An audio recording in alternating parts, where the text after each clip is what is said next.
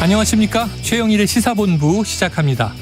독재자의 후손이 자신의 집안을 강하게 비판하며 범죄 정황을 폭로하고 과거사를 대신 사죄합니다. 자, 지금은 사라진 소련, 이 소련의 독재자였던 스탈린의 딸 이야기인데요. 스베틀라나 스탈리나라고 하는 이 여성은요, 아버지였던 스탈린 사후에 이런 말을 남깁니다. 아버지는 독재자였고 딸로서 침묵한 나도 공범자다.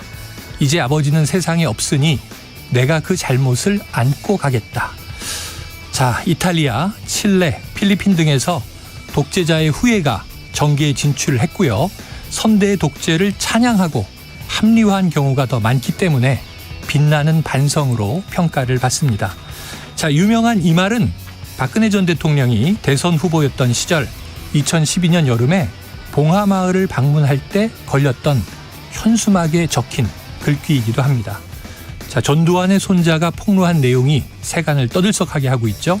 독재하며 부정하게 형성한 재산으로 지금도 그 후손들이 떵떵거리며 사는 것 아닌가.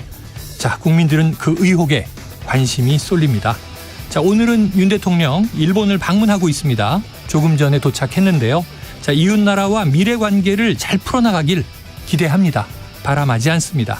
하지만 과거 군국주의 침략자의 후예가 반성과 사죄가 없다면 이 조상의 행위를 합리화하고 이어받겠다는 것은 아닌지 의심하고 따지는 일, 또 당연한 경계가 아닐까 싶습니다. 최영일의 시사본부 출발합니다.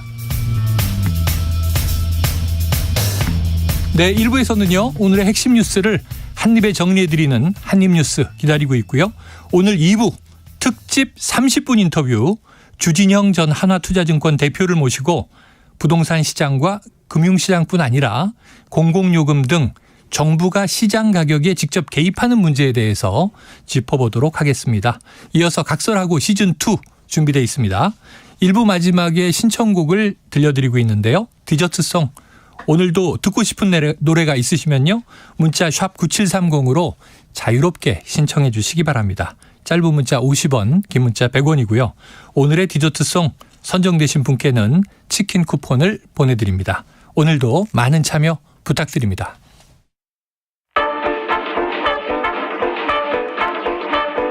최영일의 시사본부 한입뉴스. 네, 오늘의 핵심 뉴스를 한입에 정리해드립니다. 한입뉴스.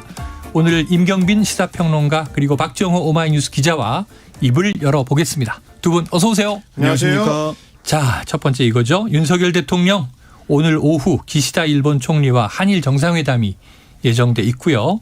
자, 박 기자님 도착했다고 말씀드렸는데 그렇습니다. 지금 일정이 시작됐습니까? 네, 이제 도쿄 하네다 공항 도착을 해서요. 이제 바로 이 동포들과 오찬을 겸한 간담회를 진행을 합니다. 네. 이후 오후에 기시다 총리와 한일 정상회담을 가질 예정인데요.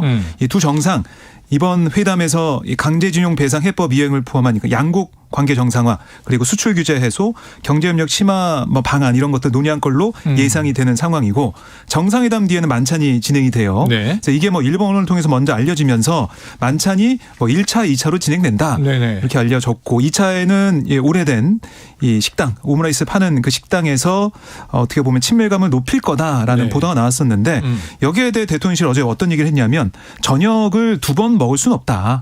그렇지만 양 정상 내외가 사적으로 공적으로 궁금한 거, 또 인간적으로 교류하면서 친밀감을 갖는 시간이 될 거다, 이렇게 설명을 했습니다. 네. 그리고 좀 내일 같은 경우도 일정이 좀 나와 있는데요. 예. 한일 교류를 지원하는 일본 친선단체 인사들을 접견하고 그 뒤에 한일 비즈니스 라운드 테이블에 참석해서 한일 양국 경제인과 오찬을 함께 하면서 경제교류 활성화, 기업인 교류 지원, 이걸 논의할 예정이고, 네.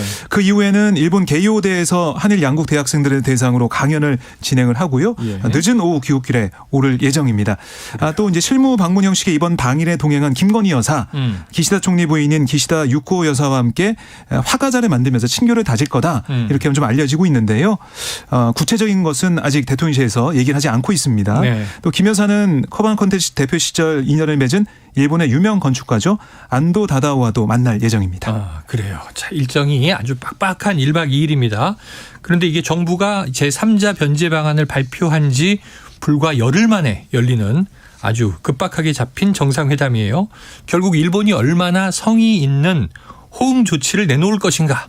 여기에 성패가 있는 거 아닌가 싶은데 자, 임 평론가님. 네. 이 윤석열 기시다 공동선언은 없다고 했어요. 어제 이제 대통령실의 이제 국가안보실 김태호 1차장이 기자들한테 이제 브리핑하는 형식으로 이 얘기를 한 건데요. 네. 워낙에 이제 시간이 촉박할 뿐만 아니라 한 10여 년 동안 한일 관계가 불편했기 때문에 중요한 사건들로 인해서 불신이 가중된 상태에서 정제된 문구를 다듬고 뭐 입장을 총 정리하고 이러기에 시간이 좀 부족했다라고 네. 얘기를 했습니다. 근데 이제 사실 이 얘기를 되짚어서 거꾸로 생각을 해보면 그러면 이번 일본 방문을 그렇게 급하게 잡을 필요가 있었느냐라는 생각을 할 수밖에 없습니다. 왜냐하면 박진 외교부 장관 같은 경우도 이번에 이제 강제징용 관련된 해법을 제3자 변제 방식으로 발표를 하면서 컵에 물이 이제 반만 찬 상태이기 때문에 일본이 나머지 반을 채워줄 거라고 이제 기대한다라고 얘기를 했습니다. 그렇죠. 근데 이제 그 열흘 동안에 일본이 컵에 물을 나머지 채울 생각이 없다는 거를 지속적으로 일본 외무상이나 일본 기시다 총리가 이제 언급을 해왔기 때문에 굳이 우리 입장에서 빈컵 들고 갈 필요가 있느냐라는 생각이 좀 들 수밖에 없는 대목인 것 같고요. 공동 선언도 없고 공동 성명도 없다라는 겁니다. 공동 선언이나 공동 성명은 이제 약간 뭐 대통령 그 양 정상 간의 어떤 합의 사안을 발표하는 어떤 강제력이든지 지위에 있어서 다소 차이는 있습니다만 어쨌든 각 사안에 대해서 혹은 포괄적인 사안에 대해서 양 정상이 어느 정도 합의를 이루고 그거를 이제 양국 국민들과 이제 세계 앞에 일종의 공동으로 이제 약속을 하는 과정인데 그런 약속을 할 게 없다라는 의미로 이제 비춰 보일 수가 있습니다. 왜냐하면 대통령실에서 밝힌 바에 따르면 정상회담이 끝나고 나서 공동으로 기자회견을 하는데 여기서 이제 각자의 입장을 번갈아서 회담 결과를 발표하는 형식을 취하겠다라고 한 겁니다. 그렇다는 얘기는 합의의 어떤 밀도가 지금 이제 우리 국민들이 기대하는 것처럼 이렇게 이 긴밀하게 나오지는 않고 각자의 입장이 이렇다라고 설명하는 정도에 그칠 가능성이 높아서 그러면 결국 지금 국민들이 이번 조치에 대해서 갖고 있었던 아쉬움을 한일 정상회담을 통해서 풀어낼 가능성이 별로 높아 보이지 않는다. 성과에 대한 어떤 후속적인 논란이 또 이어질 수밖에 없을 것 같다. 그런 걱정은 좀 됩니다. 그래요. 한번 오늘 밤 어떤 발표들이 기자회견을 통해서 나오는지 기다려보도록 하죠. 자, 지금 이번 이제 방일 한일 정상회담 또 제3자 변제 방식 이런 것들에 대한 여야 정치권 반응은 극명하게 엇갈리고 있습니다. 강제동원 피해자들이요. 이 정부가 제안한 제3자 배상 이 변제를 받아들이지 않겠다. 그리고 미쯔비시 중공업 등 한국 내 자산을 추심하겠다. 지금 소송을 제기했습니다. 네, 그러니까 3자 배상을 받아들이지 않겠다는 것을 뭐 이 행안부 산하의 그 재단에 얘기를 했잖아요. 네. 그 이후에 소송을 제기했다는 건데요. 어제 서울중앙지법에 제기가 된 건데 미쓰비시 중공업을 상대로 승소한 원고 중에 생존자 한 명과 돌아가신 피해자 한 명의 유족이 미쓰비시 중공업의 국내 자산에 대한 추징금 소송 추심하겠다면서 추징금 소송을 낸 거예요. 그래서 지금 보면 피해자들이 이 미쓰비시 중공업의 손자 회사죠. 한국 내 법인 MH 파워 시스템즈 코리아의 자산을 추심하게 해달라고 청구를 한 거고 이게 이제 기존에 현금화 절차가 필요했던 주식이나 특허권과 달리 이게 뭐 경매 등의 절차 없이 1심 판결에서 원고가 승소하고 또 가집행 판결까지 나오면 곧바로 채권을 회수할 수 있을 거다. 이렇게 피해자 즉 대리인단은 얘기를 하더라고요. 그래서 이 판결을 좀 지켜봐야 된다 이런 얘기를 하고 있고 이 3자 변제안을 거부하는 피해자들의 경우에는 그 의사에 따라서 일본 기업의 국내 자산을 신속하게 현금화해서 피해자가 원하는 방식의 배상을 받게 되는 게 대리인단이 지금 목표라는 거고 이번 소송이 그 노력의 일환이라고 얘기를 했습니다. 그래서 이 제3자 변제안이 발표됐을 때 이거 받아들일 수 없고 계속해서 일본 전범 기업으로부터 돈을 받아내겠다. 배상금 받아내겠다. 이렇게 얘기했던 그 의사가 이렇게 행동으로 나타나고 있다. 이렇게 보시면 되겠습니다. 네. 자, 2차 대전의 전범 기업들. 전범 국가. 지금 또 하나 독일이 있는데 말이죠. 그렇습니다. 독일 뭐 나치 히틀러 이게 무시무시하잖아요. 그런데 지금 그 이후의 행동을 보면 왜 일본은 독일처럼 못할까. 저렇게 하면 참 좋을 텐데. 이 한일 관계도 너무 좋아질 텐데 하는 생각을 이제 종종 하는데 독일에서 이 강제노역 배상을 주도했던 재단의 관계자가 연합뉴스와 인터뷰를 했다고 하죠. 사죄와 배상은 반드시 함께해야 한다. 이런 언급도 나왔다고 하는데 현 상황에 좀 시사하는 바가 커서요. 오늘 제가 좀 주목한 인터뷰였는데 굉장히 인터뷰 내용이 좋기 때문에 우리 청취자분들도 한 번쯤 읽어보셨으면 좋겠다는 생각은 들었습니다. 역사학자이기도 한 랄프 포세켈 지원활동 부문장이라고 하는데요. 이 재단의 이름 자체가 우리가 우리가 어떤 일본에 대해서 이제 기대하는 것의 형식에 맞춘 것 같은 네. 그런 이름입니다.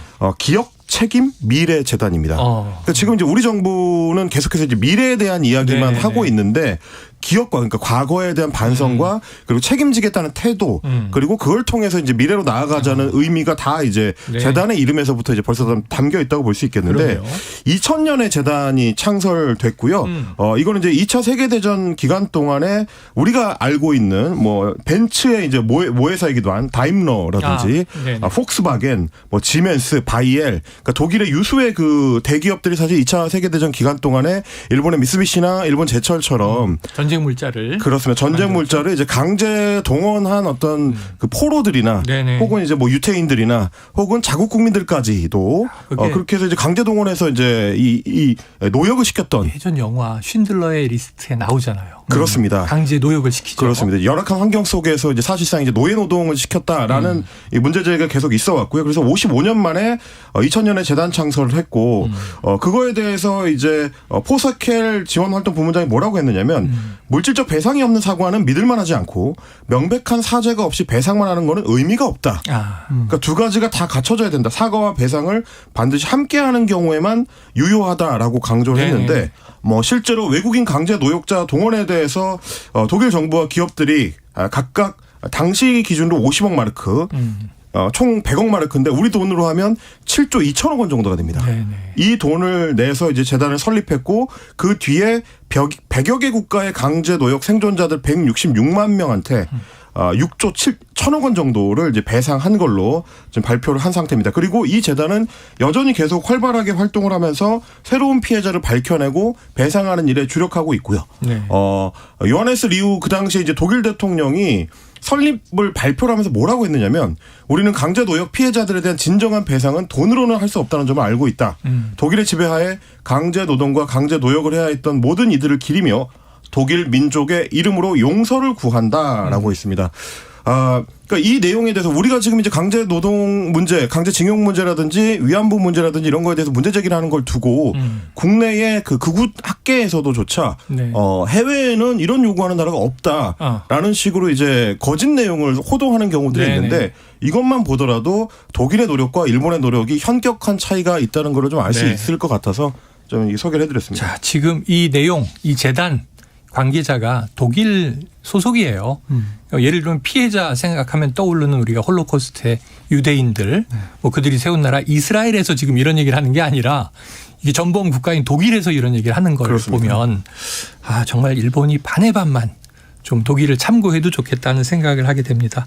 자, 그런데 이 와중에 오늘 보니까 북한이 또 이 대륙간 탄도미사일 ICBM을 발사했습니다. 이거 레드라인을 넘는 네. 행위인데 그렇습니다. 이게 지금 한일 정상회담을 겨냥했다 이런 분석이 나오네요. 네, 그렇게 볼 수밖에 없는 거고요. 오늘 오전 7시 10분쯤에 평양 순안 일대에서 동해상으로 발사가 됐고 지금 군 당국이 보는 것은 화성 17형과 이제 비슷한 네. 뭐 고도나 비행거리, 고도가 6,000km, 비행거리가 한 1,000km 정도 되기 때문에 지난해 11월 발사했던 화성 17형과 비슷한 그런 발사체라고 볼 수가 있다라는 얘기를 하고 있습니다. 정확한 건 지금 분석을 하고 있는데요.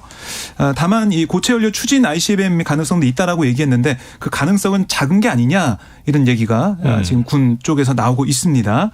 그러니까 한미일 협력에 좀 약한 고리였던 한일 관계 오늘로서 뭐 개선의 계기가 된다 이런 분석이 나오고 있는 상황에서 좀 견제하는 게 아니냐. 네. 그리고 지난달에 한미일 미사일 방어 훈련도 있었기 때문에 이런 것들을 좀 견제하면서 경고성 발사체를 발사했다 이렇게 볼 수가 있겠고요. 그러다 보니까 윤석열 대통령도 여기에 대해서 강하게 좀 비판을 하면서 대가를 치를 거다. 네. 무모한 도발이다라고 비판했고 북한도 이 강력 규탄하겠다라고 얘기하면서 뭐 미국과 한국과 일본 안전보장 필요한 모든 그런 조치들을 강구해 나가겠다 이렇게 강조를 했습니다. 네. 그리고 실제로 이제 북한이 가장 좀 부담스러워하는 게 한미일이 동해상에서 연합함대 훈련을 네네, 하는 건데요. 올해 초에 이제 한미일 연합함대 훈련을 독도 인근에서 했을 때 이제 우리 국내에서도 좀 논란이 있었고, 근데 이제 그럼에도 불구하고 이제 미국이 계속 요청했던 사안입니다. 근데 이제 이게 사실상 이제 정례화될 수도 있다라는 걱정 때문에 북한 입장에서는 더 이제 도발 수위를 높이고, 네네. 그렇게 되면 이제 미국이나 일본이나 혹은 우리 정부도 그걸 이유로 이후로 해서 이제 더 이제 3국 군사 공조를 또 강화할 수밖에 없는 상황이 되기 때문에 이렇게 되면 이제 한반도의 상황이라는 게 계속 좀 일종의 에스컬레이팅을 하면서 위기가 고조되는 방향으로 가지 않을까 그런 걱정을 하는 전문가들이 많은 것 같습니다. 그런데다가 지금 또 한미 연합 훈련 중이기도 합니다. 네. 여러 가지 복잡한 문제가 또 이제 북한을 놓고 진단돼야 될 필요가 있겠습니다. 다음 이슈로 가보죠. 자, 지금 주 69시간 근무제 이게 논란이 있는데 지금 하루 이틀 전에는 좀 이제 이 MZ 세대 의견을 듣고 소통하고 좀 재검토하라 이런 이야기가 나와서 근데 한덕수 국무총리나 또는 고용노동부 쪽에서는 이게 뭐 일단은 전면 재검토가 아니다. 추진하는데 부분적으로 이제 의견을 듣고 좀 보완할 것이다. 이런 정도 얘기였어요. 네. 그런데 윤석열 대통령이 지금 연장 근로를 하더라도 주 60시간 이상은 무리다 이렇게 그렇습니다. 얘기를 했으니까 60시간이 지금 특정이 돼버렸잖아요. 네. 이거 어떻게 되는 겁니까? 그러니까 많이 이제 늘어난다고 해도 주 59시간까지 된다라고 볼 수가 있겠죠. 네네. 대통령의 이 지시가 있었으니까요. 네네. 오늘 안상훈 대통령실 사회수석이 브리핑을 했습니다. 윤 대통령의 지시를 전달을 했는데요. 대통령은 연장 근로를 하더라도 주 60시간 이상은 무리라는 인식을 가지고 있다. 그래서 연장 근로를 해도 주 60시간 이상은 무리이기 때문에 입법 예고한 정부안에서 적절한 상한 캡을 씌우라. 이런 얘기라는 거고요. 그러니까 입법 예고한 정부안에서 적절한 상한 캡을 씌우지 않은 것을 유감으로 여기고 보완을 지시했다. 이렇게 네네. 안 수석이 설명을 했습니다. 그리고 안 수석이 덧붙인 말은 정부안, 그러니까 노동부에서 내놓은 이번 안은 노사합의에 따라 근로시간 선택권, 건강권, 휴식권을 보장하기 위한 것이지만 장시간 근로 조장이 아니냐라는 우려의 목소리가 제기가 되기 때문에 정부는 추후에 MG 근로자, 노조 미가입 근로자, 중소기업 근로자 등 현장 다양한 의견에 대해 보다 세심히 귀를 기울이고 보완 방안을 마련하겠다. 이렇게 얘기하면서 지금 69시간제는 사실상 폐지된 게 아니냐 이런 얘기가 나오고 있습니다. 네. 그런데 이게 69시간에 깜짝 놀랐었잖아요. 네. 처음에. 네. 그래서 지금 주 52시간인데 주 69시간까지 최대치로 따져보면 가능하다고 그랬는데 그 중간이 지금 60시간, 59시간에서 딱 가이드라인이 나온 거예요. 근데 이게 이런 식의 일종의 시장에서 물건 깎듯이 어느 중간선에서 이제 맞추는 게 맞는 거냐. 네. 이거는 이제 계속 좀 논란이 좀 있을 수 있을 것 같습니다. 왜냐하면 이 60시간이라는 게 아마도 이제 대통령이 워낙 또 법률가 검찰총장 출신이다 보니까 법적인 부분에 맞춰서 이제 언급한 게 아닌가 싶은 것이 기존에 이제 우리 노동부에서 과로로 인한 산업재해 사망 사고를 이제 인정하는 기준이 과로사 기준. 과로사 직전까지 사망 직전에 4주간 일주일에 평균 64시간 이상 일했으면 과로사다.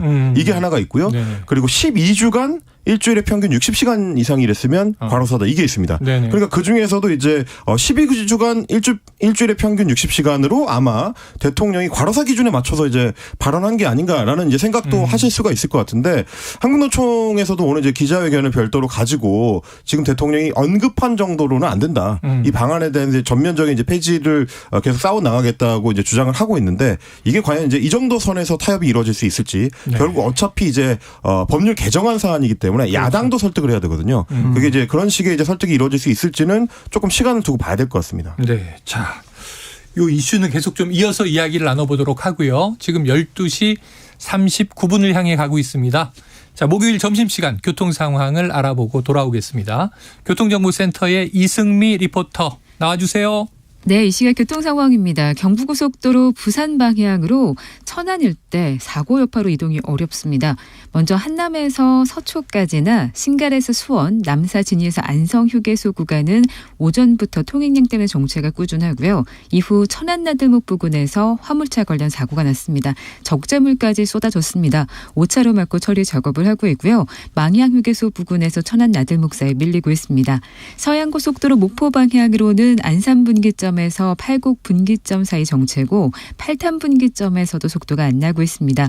영동고속도로 강릉 방향으로는 둔대 분기점에서 부곡까지 밀리고요. 용인 나들목에서 양지터널까지도 속도가 안 납니다.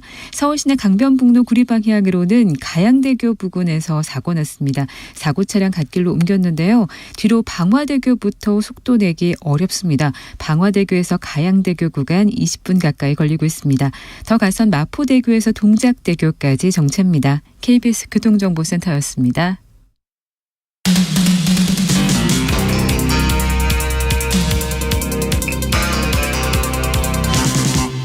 최영일의 시사본부.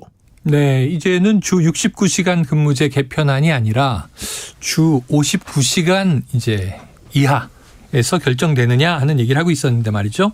자, 노동부는 의견 수렴하고 보완을 강구하겠다 이런 입장을 밝혔는데 이제 혼란이 초래된 거잖아요. 그렇습니다. 그러다 보니까 이게 한덕수 국무총리가 박순애 사태를 언급하면서 장차관을 질책했다 이런 얘기가 있어요. 이게 무슨 내용입니까? 이제 국무회의를 마치고 나서 현장에 있는 장차관들을 이제 질책했다는 건데, 네.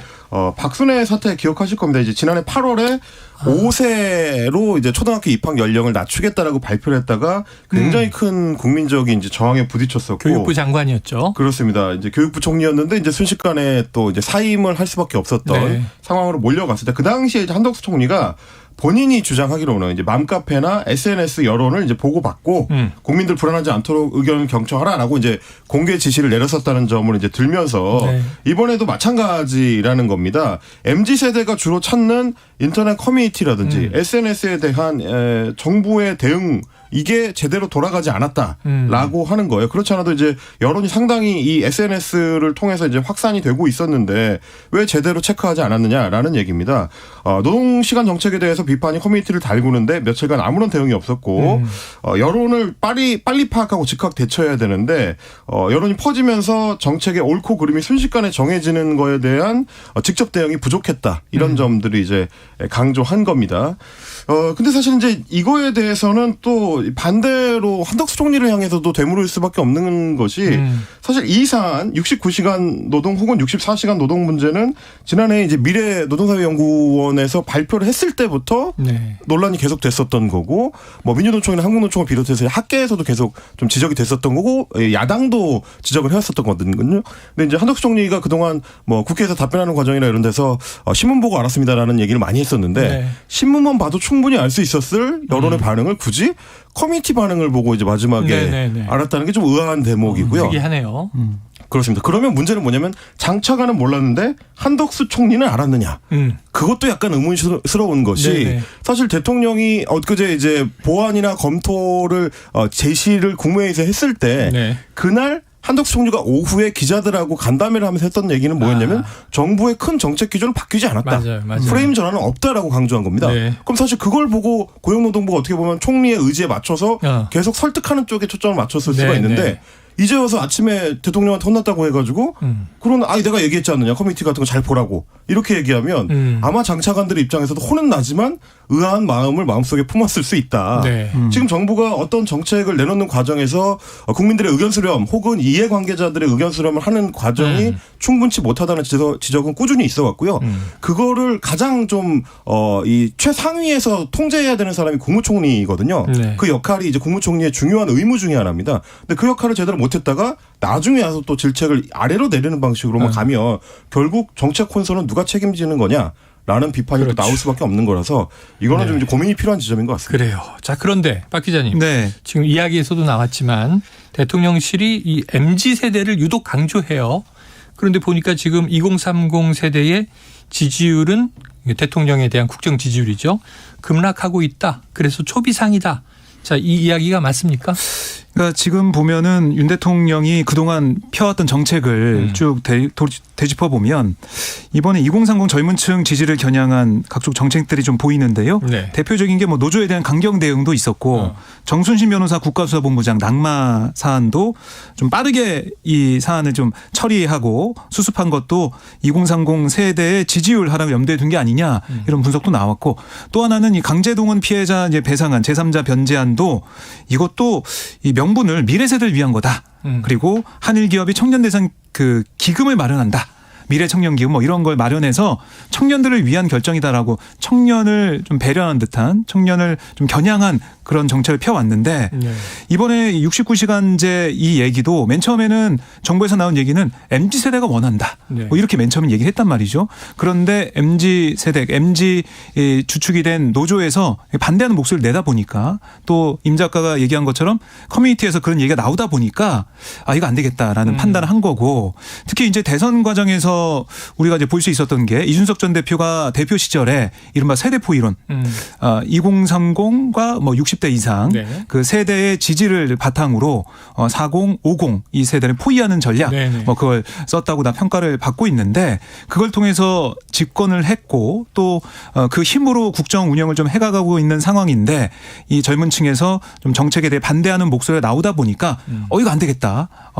뜨거워라 하면서 좀 유턴하는 모습을 보이고 있는 겁니다. 네. 그리고 지금 이제 우리 그 인터넷 유튜브 채팅창에도 레몬트리님이 그 지적을 해주셨는데요. 네네. MZ세대만 노동자냐 답답하다라고 해주신 것처럼 이번 지금 정부가 사안을 이 재검토하는 과정에서도 자꾸 이제 MZ세대 혹은 MZ세대 노조만 좀 강조하는 태도를 보이고 있어서 네. 이걸 지적하는 여론들도 많습니다. 왜냐하면 민주노총에서 이제 2021년에 발표한 바에 따르면 그 당시에 이제 민주노총이 100만 조합원을 넘어서면서 새로 조합원으로 추가된 30만 명 정도에 대해서 조합원 구성비를 조사를 해봤더니 30대 그 조합원 신규로 참여한 네. 조합원이 60% 가까이 됐습니다. 그리고 20대까지 포괄했을 때는 70% 정도가 됐는데 말하자면 민주노총의 구성원들도 예전에 비해서 젊어지고 있다. 정규직 중심이 아니고 비정규직이 네네. 최근에 민주노총이나 한국노총의 거의 3분의 1 정도 차지하고 있고요. 네. 세대도 젊어지고 있기 때문에 정말 MZ세대의 의견 청취를 정부가 이제부터라도 하겠다라고 하면 그리고 이제 소수 노총만 이제 대상으로 할 게 아니라 노동협의회만 대상으로 할 게 아니라 한국노총이나 민주노총에 있는 MZ세대의 목소리도 귀를 기울여야 할 거고요. 네네. 그리고 더 많은 노동자 계층을 형성하고 있는 다른 세대, 다양한 직군들의 목소리도 함께 수렴해야 되겠다. 네. 이런 좀 교훈을 이번 기회에 좀 배웠으면 좋겠습니다. 그런데 워낙 뭐 또 기존의 노조와는 각을 세우고 있기 때문에 정부가 어떻게 또 풀릴지 지켜봐야 되겠습니다. 다음 이슈 보죠. 지금 이 전직 대통령 전두환 씨 사망했습니다. 이 가족들의 비리를 폭로하는 글을 SNS에 지금 올렸고 있는 네. 지금 전 씨의 손자죠. 이 폭로가 나왔는데 이게 계속 이어지고 있어요. 그렇습니다. 어제는 이 본인의 유튜브 방송이나 아니면은 언론 인터뷰를 통해서 계속해서 폭로를 이어갔는데요. 네. 이 전 씨가 지금 이 미국 뉴욕시의 한 아파트에서 지금 거주하면서 이렇게 방송도 하고 네네네. 있고 인터뷰를 하고 있는 상황입니다. 이 아버지 그러니까 할아버지, 아버지 여기에 대해서 문제점, 그다음에 범죄 혐의 이런 걸 계속 얘기를 하고 있고요. 특히 이 전두환 일가의 자금력에 대해서 어마어마하다. 네네. 수십억, 수백억 얼마나 했는지 알 수가 없다라는 주장도 했고 그리고 연희동 자택에 대해서는 항상 현금과 채권들이 넘쳐났다. 또 할머니 이순자 씨가 집을 방문한 친척이나 며느리들에게 늘 거액을 줬다 이런 얘기도 했고 네. 아울러 이런 거액의 비자금 돈을 받은 사람들이 주변에 명의를 빌려서 많은 곳에 부동산 등에 투자했다라고 주장을 했습니다. 그리고 이 이순자 씨 할머니가 학자금을 지원해 줄 때도 연희동 이 집에서 일하고 있는 아주머니 분들 계좌를 사용해 돈을 보내줬다. 이렇게도 얘기를 했고요. 그리고 이제 어머님 말씀으로는 연희동 자택에 숨겨진 금고가 있고 엄청난 양의 것들이 있었다. 이렇게 얘기를 했다는 겁니다. 그래서 이 전우원 씨 얘기는 그래서 연희동 이 자택을 사수하려는 게 아닌가 싶다. 이렇게 추측도 했고요. 네네. 또 하나 눈에 띄는 부분은 이 전우원 씨의 숙부죠. 그러니까 전두환의 막내 아들 전재만 씨에 대해서도 폭로를 이어갔는데 전재만 씨가 미국 나파밸리에서 네네. 와이너리를 운영하고 있고 이 와이너리가 정말 천문학적인 돈을 가진 사람이 아니고선 들어갈 수 없는 사업 분야인데 검은 돈의 냄새가 난다. 이게 전 씨의 주장이에요. 그러면서 자신도 정신질환으로 고통받았지만 5.18 희생자 가족들의 고통에는 비할 수 없을 거다. 이렇게 털어놓기도 했습니다. 그래요. 그리고 아버지 전재웅 씨에 대해서는 한국에서 자신이 범죄자가 아니라고 서류 조작해서 미국에서 시민권을 받으려고 절차를 진행 중이다. 제 아버지와 새어머니 출처모를 검은 돈을 사용해가며 삶을 영위하고 있다. 이런 주장도 펼쳤습니다. 그래요. 자, 이게 좀 굉장히 놀라운 이야기인데 일단은 이게 전두환 씨는 사망을 했기 때문에 사실 발표 명령권자라든가 혹은 이제 5.18의 마지막 진실의 조각 이런 것들은 이제 확인하지 못했고 또 사과 없이 떠났지 않습니까? 그렇습니다. 근데 이제 비자금이 문제인데 아직 추징금도 남아 있고요. 이 손자 전 씨가 범죄자로 지목한 지인들 중에 현직 장교가 있어서 군이 사실 확인에 나섰다. 이건 무슨 얘기입니까? 그렇습니다. 이제 본인의 그 인스타그램을 통해서 이제 여러 이 주변 사람들에 대한 폭로도 같이 했는데 뭐 유학하던 시절에 만났던 사람들이라든지 혹은 뭐 다른 이제 친구들이라든지 이런 사람들의 어떤 비리 의혹, 범죄 의혹을 제기를 했는데 그 중에 2명이 지금 우리 군에서 이제 현역으로 복무하고 있는 걸로 이제 확인이 됐습니다. 아, 그래요? 그래서 이제 국방부에서 이제 사실관계를 이제 확인하고 있다. 사실관계를 확인할 계획이다라고 밝혔습니다. 뭐 내사 단계도 아니고요. 네. 그 입건 단계도 아니고 그 전에 이제 사실관계가 있는지 여부를 따져보겠다라는 네네. 건데 일단 동영상을 통해서 전 씨가 이 마약을 사용했다. 그리고 전 씨 본인한테도 마약 해보라고 권했다고 하는 이 A 씨, A 씨 같은 경우는 이제 중위로 지금 국방부에서 근무하고 있는 걸로 알려졌고. 그리고 이 전 씨가 이제 사기꾼이자 성범죄자로 묘사한 B 씨, B 씨 같은 경우 이제 여성을 불법 촬영한 문제 같은 것들이 얽혀 있습니다. 여기는 이제 공군 중위로 지금 복무를 하고 있는 걸로 알려졌는데요.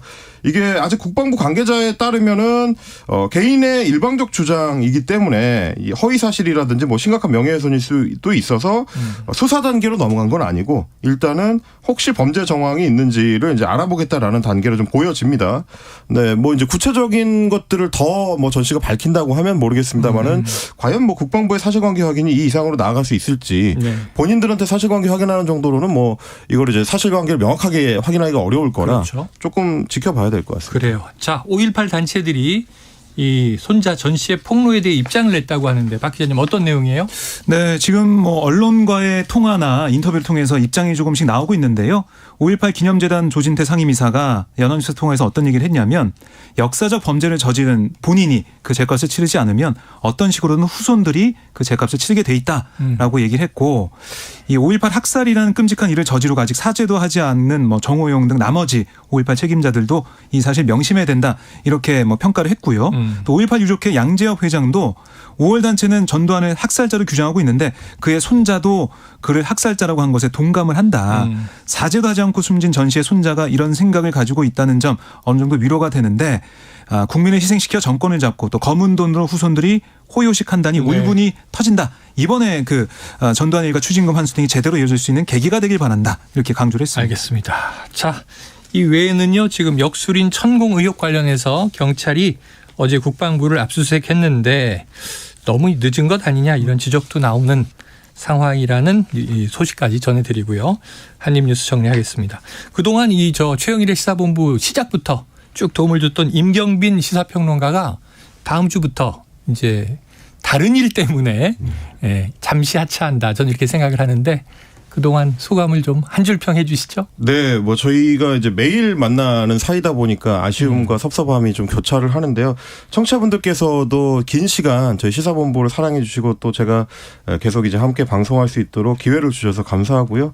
언젠가 또 더 좋은 기회에 시사본부에서 다시 만나 뵙기를 기원하겠습니다. 네, 하시는 일이 잘 되시길 바라고 그동안 수고하셨습니다. 한입뉴스 임경빈 시사평론가 박정호 오마이뉴스 기자 고생하셨습니다. 감사합니다. 고맙습니다. 자, 오늘의 디저트송은요. 청취자 5230님. 자, 일본에 대한 이야기예요. 그 어려운 사과. 그래서 노래는 Hard to say I'm sorry. 시카고의 노래죠. 야, 참 미안해라고 말하기가 너무 힘들다. 이거 사랑 노래인데 아주 절묘하게 선곡을 해 주셨습니다. 치킨 보내드리겠고요. 노래 듣고 2부로 돌아옵니다.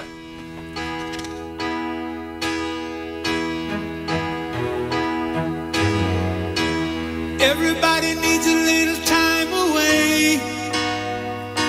I heard you say from each other. Even lovers need a holiday. Far away from each other. Oh, now it's hard for me to say I'm sorry. I just want you to stay. After all that we've been through, I will make it up to you. I promise to. And after all that's been said and done, you're just a part of me I can't let go.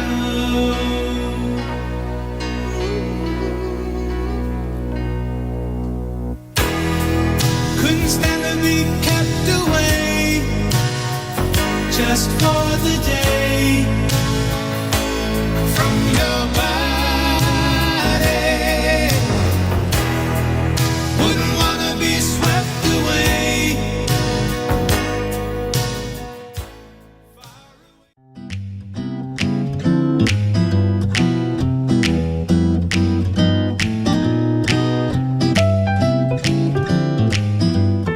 안녕하세요.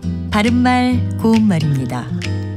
우리가 일상생활에서 자주 쓰는 말 중에는 표준어가 아닌 것들이 상당히 많이 있습니다.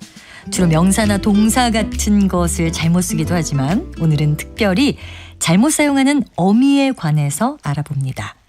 자, 그럼 지금 들려드릴 두 개의 예문 중에서 어느 것이 맞는지 먼저 찾아보시기 바랍니다. 그거 참 그럴듯한 생각이구만. 그거 참 그럴듯한 생각이구먼. 우리가 감탄을 말할 때 구만 또는 구먼이라는 표현을 종종 쓰는데요. 이 중에서 맞는 것은 뭐뭐 구먼입니다. 구먼은 군의 본말입니다. 그러니까 앞서 말씀드린 예문에서는 그거 참 그럴듯한 생각이구먼. 이게 맞는 표현이고요. 그거 참 그럴듯한 생각이군. 이렇게 표현할 수도 있습니다. 그리고 뭐뭐 구려와 뭐뭐 구류도 자주 나오는 표현인데요. 더 늦으면 어두워질 테니 어서 가구려. 아니면 더 늦으면 어두워질 테니 어서 가구려. 이 중에서 어느 쪽이 맞을까요? 여기서는 구려가 맞습니다. 이것은 하우체로 쓸 때 말하는 사람이 새롭게 알게 된 사실에 주목하는 것을 나타낸다든가 상대에게 권하는 태도로 시키는 것을 나타내는 종결어입니다. 바른말 고운말 아나운서 변희영이었습니다.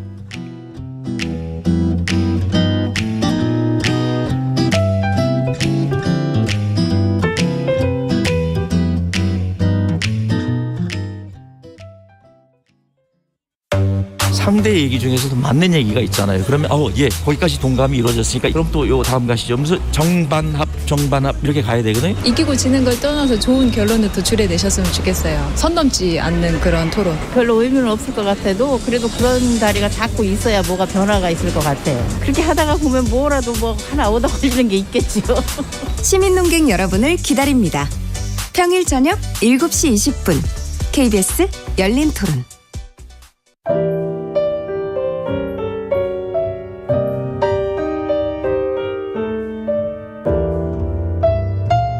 내일의 품격, 김성환의 시사야에서 챙겨가세요. 하루를 마무리하는 시간 꺼내보는 당신의 지식 창고. KBS 1라디오 김성환의 시사야. 평일 밤 10시 5분 여러분을 찾아갑니다.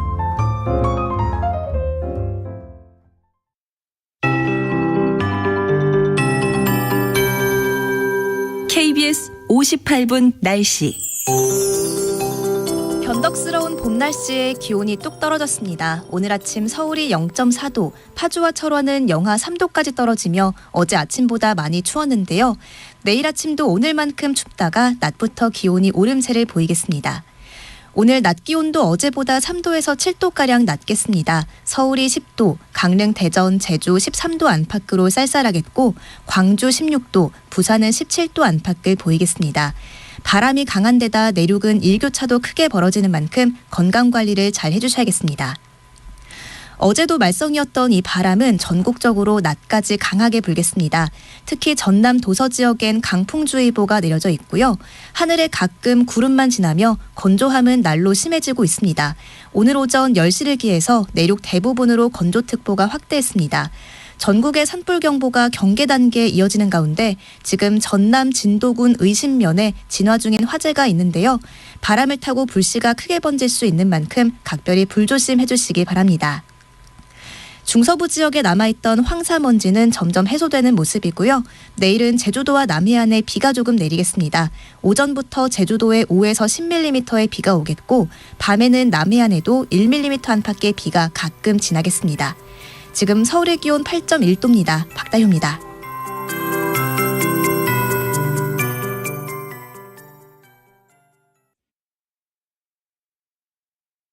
정성을 다하는 국민의 방송 KBS가 한시를 알려드립니다. AM 711kHz, FM 97.3MHz, KBS 1라디오입니다. HLKA.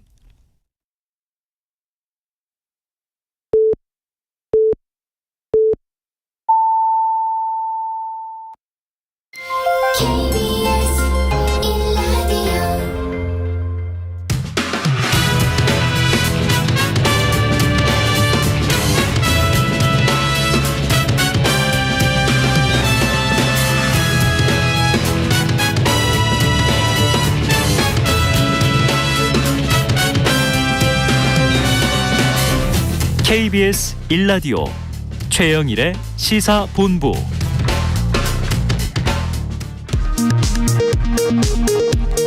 이 시각 라디오 정보센터 뉴스입니다. 북한이 오늘 아침 동해상으로 화성 17형으로 추정되는 장거리 탄도미사일 한 발을 발사했습니다. 화성 17형은 사거리가 15,000km를 넘어 미국 본토 전역을 타격할 수 있을 것으로 추정되고 있습니다. 윤석열 대통령이 기시다 후미오 일본 총리와의 정상회담을 위해 오늘 오전 일본 도쿄에 도착했습니다. 정상회담에선 양국 경제 안보 협력 강화와 함께 강제동원 해법 후속 조치 등이 주요 의제로 예상됩니다. 2018년 미쓰비시 중공업을 상대로 낸 강제동원 손해배상 소송에서 최종 승소한 피해자와 유족이 미쓰비시 중공업의 국내 자산에 대해 추심금 소송을 제기했습니다. 정부의 강제동원 피해배상 해법을 거부하고 피해자들이 원하는 방식으로 배상받겠다는 취지입니다. 윤석열 대통령이 주 최대 69시간으로 논란이 된 정부의 근로시간 개편안에 대해 보완 지시를 내렸습니다. 야당은 정부 여당의 난백상이 총체적 난국 수준이라며 원점 재검토를 주장했습니다. 더불어민주당 이재명 대표는 윤석열 대통령의 일본 방문에 대해 우리 국민들의 자존심과 국격이 훼손되지 않도록 많은 성과를 얻어오길 진심으로 바란다고 밝혔고, 박홍근 원내대표는 윤석열 대통령의 추억여행으로 끝나서는 안 된다고 지적했습니다. 지금까지 라디오 정보센터 뉴스 정원나였습니다.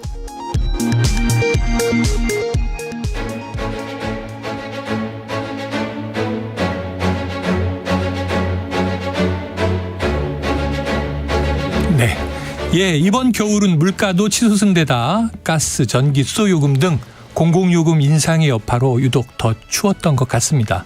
정부의 공공요금 인상 자제 요청에 따라서 요금 인상이 이제 늦춰졌고요. 또 시민들의 부담을 조금 덜어내기도 했습니다. 그런데 정부의 이런 움직임에 한국은행이 이 통화정책 효과를 떨어뜨리는 등의 부작용이 나타날 수 있다, 이런 지적을 했고요.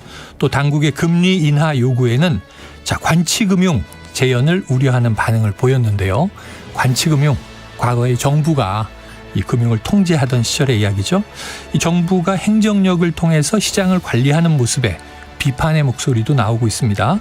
자, 관련해서 주진영 전 한화투자증권 대표와 이야기 나눠보겠습니다. 어서 오세요. 네, 안녕하세요. 마이크 편하게 이렇게 당기셔도 네. 됩니다. 참고로 방금 진행자분께서 관치금융 재현 얘기 말씀하셨는데 재현 아니에요, 계속이에요. 네. 그렇게 사라졌던 적이 없다? 네, 그 이상한 오해를 아이고, 죄송합니다. 제가 언급을 역시 전문가 앞에서 관치금융 재현이 아니고 주 대표님은 관치금융은 우리나라에서 늘 이어져 왔던 것이다. 네. 지금도 이어지고 있다. 자, 오늘 날이 날이니만큼 지금 윤석열 대통령 내외 일본에 도착해서 한일 정상회담 준비에 들어갔습니다. 혹시 이게 경제와는 어떤 연관이 될까 저는 좀 딱 떠오르진 않는데 주 대표님 어떻게 보고 계세요? 경제랑은 별로 연관은 없죠. 그런데 저는 이거 보면서 좀 언론에서 이상하게 편향된다는 느낌이 드는데 이게 원래 이제 시작은 대법원 판결이 났던 거잖아요. 네, 과거사에 대한. 2018년에 맞습니다. 났던 거죠. 대법원에서 배상하라고 했는데 배상을 안 하고 뭉갠 게 문재인 정권이잖아요. 네네. 그럼 사실은 원인은 사실은 문재인 정권이 대법원 판결을 무시하고 뭐 말하자면 우물쭈물하면서 비겁하게 이제 4년을 보내고 지나고 나서 하는 거니까 어디 보면 전 정권은 비겁했고 현 정권은 좀 뭐라 그럴까 무모하고 뭐 다 그런 것 같아요. 근데 그걸 지금 그러니까 일본인한테 돈 받아가지고 나라 팔아먹는 건 봤어도 자기 돈으로 나라 팔아먹는 건 이제 처음 봤다는 사람들이 있는데 그 말도 일리는 있는데 그 전에 정권도 일 안 하고서는 그냥 넘어간 큰 책임이 있죠. 근데 그 얘기도 얘기를 해야 되는 거 아닌가. 이 사안에 대해서 전임 정권은 비겁했다. 현 정권은 무모하다. 이렇게 귀에 쏙 들어오는 이제 한 줄 평을 해 주셨습니다. 자, 오늘 정상회담에서 과연 어떤 얘기가 어떻게 나오고 또 밤에 뭐가 이제 기자회견에서 발표되는지 지켜봐야 알겠습니다. 괜히 또 네. 식욕 잃는 분들 많으실 거예요. 아이고. 네. 아니 2번이나 만찬이 이어진다고 하는데 식욕이 나야 되는 거 아닌가요? 알겠습니다. 자, 오늘 내용으로 들어가 보죠. 자, 지난 시간에 전세제도 얘기를 너무 새로운 시각에서 해주셔서 저도 깜짝 놀랐는데 이게 늘 우리나라의 이제 어떤 주거 방식이라고 생각을 했는데 이거는 정부가 묵인한 이상한 형태의 사금융이다. 이 사금융이 이제 이렇게 그렇죠. 어떤 주택을 하나의 이제 빌미로 진행되어 온 것이다 하고 얘기를 해 주셔서 좀 제가 놀라기도 하고 새로운 시각이 생겼습니다. 자, 정부의 또 전세 대출 제도 확대 정책으로 인해서 시장에 발생한 부작용에 대한 이야기까지 진행이 됐어요. 정리해보면 집값이 오르는 상황에서 정부가 전세 대출을 보증하면서 대출을 늘리는 방식으로 개입이 됐으니 당장 눈앞의 문제는 잡는 듯이 보이지만 문제를 미루거나 키워왔다. 그리고 그 전에 오셨을 때는 또 가계부채 문제도 지적을 해 주셨거든요. 그렇죠. 자, 기억나시죠? 네. 네. 그러니까 이게 저번 방송을 아마 청취자분들이 처음 들어보거나 생각을 해보시면 좀 약간 좀 혼란스러웠을 거예요. 네. 그러니까 뭐 전세제도는 뭐 폐지를 해야 되는 거냐, 뭐 아니면 무슨 뭐 전세 대출은 폐지해야 되는 거냐, 뭐 이런 얘기를 하는데 굳이 이제 나눠서 생각을 해보죠. 뭐냐면 전세제도가 사적 금융이라고는 하지만 사적 개인들 사이에서 계약을 하고 하는 것을 갖다 굳이 제도적으로 금지를 하고 그럴 일은 아니죠. 근데 중요한 것은 더 효율적인 방법이 있는데 그거를 정부가 막는 바람에 이제 알 수 없이 말하자면 네네. 풍선처럼 삐져나간 거에 해당되는데 대출도 마찬가지입니다. 뭐 금융기관에서 전세금 대출을 해주고 싶으면 뭐 하지 말라고 할 필요도 없는 거죠, 굳이. 네. 그런데 그렇기 때문에 허용은 돼 있었지만 금융회사는 전세금 보증금에 대한 대출을 잘 안 해줬어요. 네. 왜 안 해줬느냐 하면은 바로 채권자로서의 권리 보전을 하기가 되게 어려운 구조이기 때문에 그렇게 이제 안 했던 것인데. 예. 그거를 거기다 이제 정부가 이제 잘한답시고 보증을 하고 들어가면서 문제를 엄청 키우고 악화를 시킨 거잖아요. 이게 서양 사람들한테 전세 제도를 설명을 하면 듣다가 제일 말하자면 놀라는 것 중에 하나가 그러니까 네가 집을 들어가면서 집주인한테 돈을 빌려줬는데 그 사람이 그 돈을 갖고 뭘 하는지를 모른다고? 그 사람이 나중에 돈 안 빌려준다 그러면 어떡하려고? 네네네. 그걸 제일 먼저 물어봐요. 금융을 좀 못 돌려주면 어떻게 하느냐? 네네. 금융을 아는 사람들은 당연히 생각하는 거거든요. 근데 우리나라 사람이 바보라서 그 생각을 안 한 게 아니에요. 그렇죠, 그렇죠. 우리나라 사람들은 왜 그걸 신경을 안 썼느냐? 계속해서 부동산 값이 올라가고 전세 값도 올라가니까 집주인은 더 많은 전세 보증금 받을 사람을 구해서 그 돈으로 내 걸 줄 수 있을 거라고 믿었기 때문에 그랬던 거죠. 이 얘기는 무슨 말이냐. 전세 보증금이라는 제도의 말하자면 가장 큰 취약은 전세가가 내려가면은 일이 아주 커지는 겁니다. 그렇죠. 그렇죠. 그렇죠? 근데 거기다 이제 보증을 냈으니 그렇죠. 그러니까 이제 보증을 온팍 뒤집어 쓰는 정부 기관이고 그건 또 국민들이 대신 또 내주는 돈이 되는 것 아닙니까? 그렇죠. 그렇죠.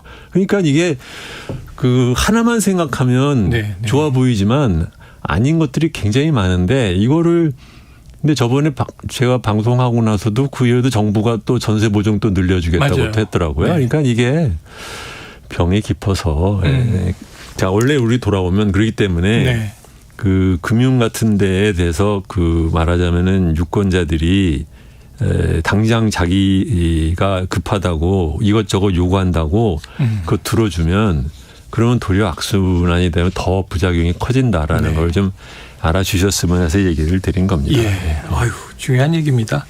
전세제도 이게 이렇게 세계적으로 독특하고 이상한 제도라는 거를 인식을 못했던 게 좀 결혼하고 신혼생활부터 그냥 다 전세로 쭉 오래 살면서 이사 다니고 왔잖아요.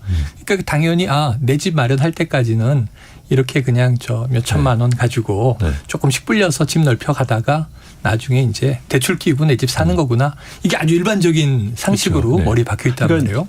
기억하시겠지만 옛날에부터 전세 제도는 있었는데 갭 투자라고 하는 표현이 나오게 된 게 언제인지를 잘 생각해 보세요. 예. 그건 최근인 것 같습니다. 그게 박근혜 때요. 그때가 뭐였냐면 전세대출을 갖다 해주기 많이 늘리기 시작하면서부터 이거를 전세대출 해오라고 해서 올려도 되겠구나. 아니면 이 사람은 전세대출을 계속해서 해줄 거니까 그러면 나도 돈 일부만 끼워가지고서는 전세대출 받는 세입자 받아가지고 투자하면 되겠다. 갭 투자라는 표현이 최근에 나오게 된 데에는 제가 보기에는 전세대출을 보증하면서부터 생겼다는 문제가. 그러네요. 타이밍이 그렇게 딱 맞습니다. 그렇죠. 자, 이제 초입입니다. 지금 인터뷰 초입인데 청취자 3253님 늘 한결같은 목소리와 톤으로 일갈하시는 주 대표님, 오늘도 우리가 가장 궁금한 먹고 사는 문제에 대해 비책을 기대하며 귀 기울이겠습니다. 그러셨어요.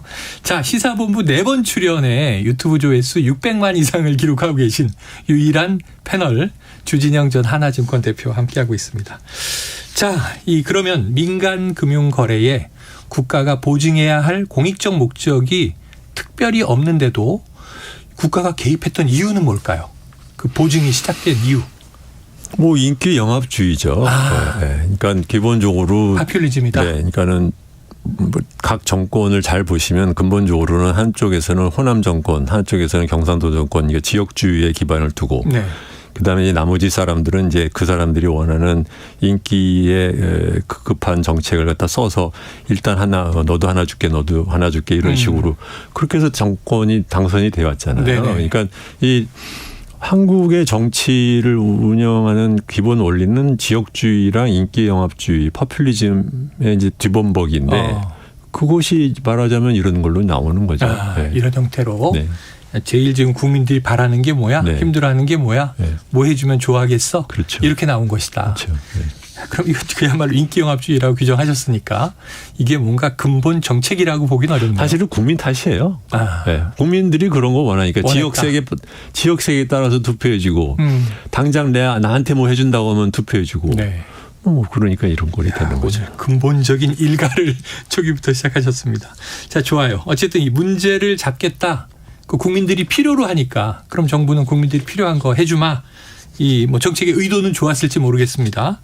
근데 이제 부작용이 크거나 반대로 문제를 키운 정부의 개입 사례 그런 것도 좀 있을까요? 하도 많아서 이제 하나씩 말씀을 드릴게요. 차고 넘칩니까?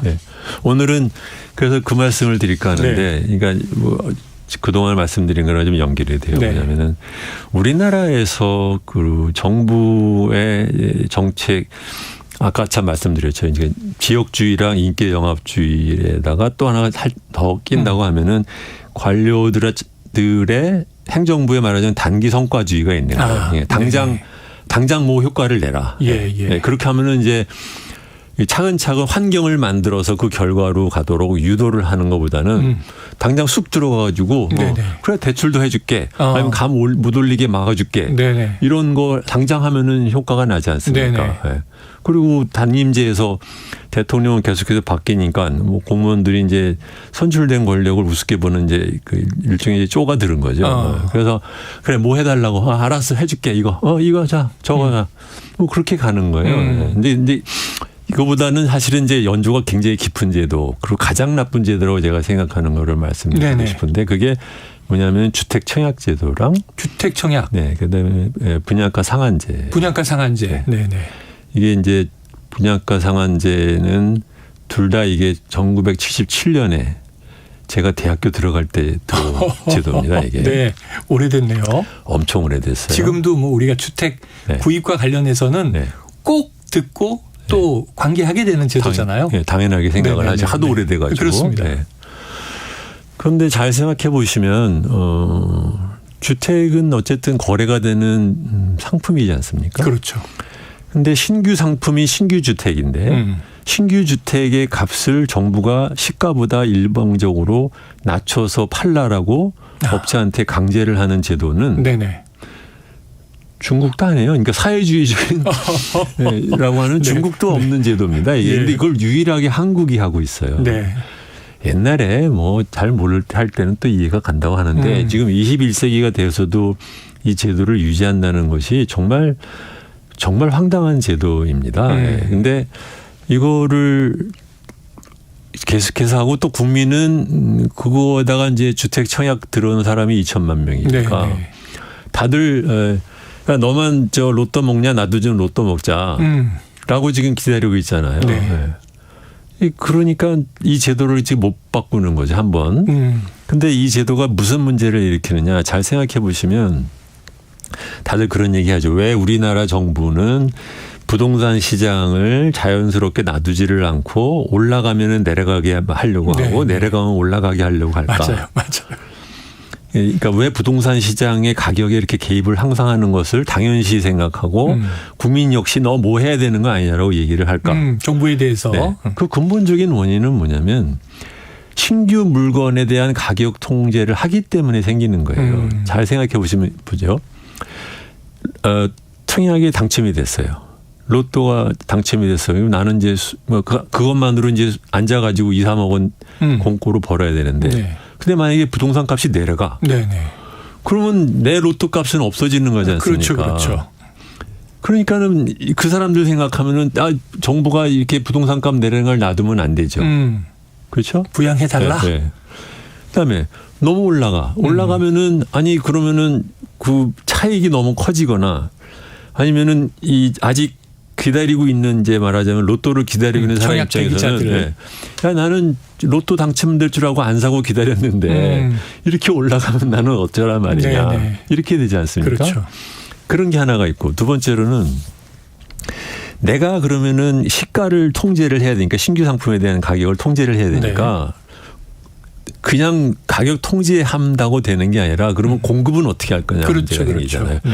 그러니까 저절로 정부가 공급량을 알게 모르게 뒤에서 조종하게 되어 있어요. 대선 후보 때부터 얘기하잖아요. 네. 몇 백만 원 공급한다. 그 어디에 한다. 그러니까 로또를 안 붙은 로또에 아직 당첨 안 된 사람한테 보내는 시그널이에요. 로또 안 된 사람은 내가 이거 공급해 줄 거면 공급으로 끝나는 게 아니라 그거를 싸게 로또 당첨자 숫자를 늘려주겠다는 말을 그렇게 돌려서 말하는 것뿐인 거죠. 신도시 계획 나오고. 그러니까 가격을 조절을 하려고 하면은 공급 자체를 자기가 너무 많이 나가도 안 해요. 많이 나면은 가격이 내려가니까. 그렇죠. 너무 적게 하면은 그러면 당첨 안 된 사람들이 욕하니까. 그렇죠. 그러니까 맨날 공급량들을 항상 조절하지만 사실은 항상 약간은 부족하게 해야 당첨된 사람이 이제 꿀맛이 나는 제도잖아요. 그렇죠? 그렇죠. 그러니까 이것이 지금 40년간의 우리나라에서 아니 고소득 국가가 됐는데도 주택이 맨날 부족하다는 소리들을 하고 정부는 항상 이 주택시장의 값을 갖다 개입을 해야 된다는 이유가 되는 이 악순환을 40년간 지금 틀고 있는 근본적인 이유가 부동산 주택 가격을 갖다 분양가 상한을 하기 때문에 생기는 문제인 거예요. 그다음에 상한제를 하니까 지금 청약이 들어갔잖아요. 청약제도를 잘 보시면 이제는 사실은 진행형 분께서 요새 청약제도 어떻게 되는지 모르시죠? 거의 모르죠. 이게 요새 입시제도 어떻게 되는지 모르시죠? 모르죠. 애들이 다 컸으니까. 그러니까 똑같아요. 그러니까 뭐냐면 자기한테 닥쳤을 때 잠깐만 입시제도 잘 모르니까 또 컨설턴트 찾아가고 엄청나게 공부하죠. 그러고 난 다음에 1년만 지나가도 어떻게 되겠는지 이제 까먹지 않습니까? 대학 들어가고 나면 끝. 그렇죠. 청약제도 똑같아요. 지금 보시면요. 워낙 복잡해서 알 수가 없어요. 그런데 사람들은 그건 내가 모르겠고 그러니까 이 중에서 나한테 해당되는 건 어딜까? 그것만 찾아다녀요. 그게 당첨되고 나면 나 또 잊어버려요. 거의 뭐 대입 수시 수준이군요. 그 제도보다 더 복잡해요. 사실은. 더 복잡하다. 예전엔 그냥 저희 젊을 때 셀러리맨들이 청약 통장 하나 만들어서 그냥 붓고 다 차고 나면 자 2순위에서 1순위에서 0순위에서 우리 자녀가 몇 명 가족 관계가 어떻지 이런 거 따졌단 말이에요. 근데 지금은 아주 복잡하다고 하더라고요. 그러니까 한국의 중산층은 사실 대부분이 이 제도를 통해서 중산층이 된 사람들이에요. 그러니까는 로또에서 이제 말하자면 미리 서울 와서 로또에 먼저 참여한 사람일수록 먼저 말하자면 돈을 집착만 하고 버는 거죠. 그런데 잘 생각해 보시면 국가가 전 국가적으로 중산층한테 공돈을 이렇게 주는 복지 제도가 어디 있어요? 그런데 잘 생각해 보시면 또 한 번 돈 없는 사람은 낄 수가 없는 제도예요. 맞습니다. 그럼 이게 뭐예요? 왜 돈 있는 사람만 좋고 돈이 없는 사람은 끼지도 못하는 제도를 언제까지 이렇게 해야 되냐. 그렇죠? 이 출산율 문제도 사실은 네. 집값 때문에 요새 내려가는 것도 굉장히 큰 한인 거니까. 맞습니다.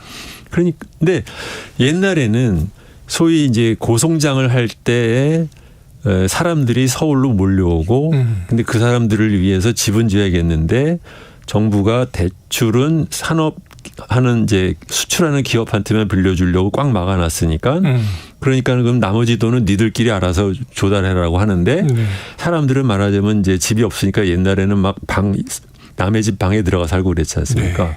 그러니까 서울이 커지는 데 따라서 땅을 갖다 정부가 일방적으로 뺏어서 수용해서 네.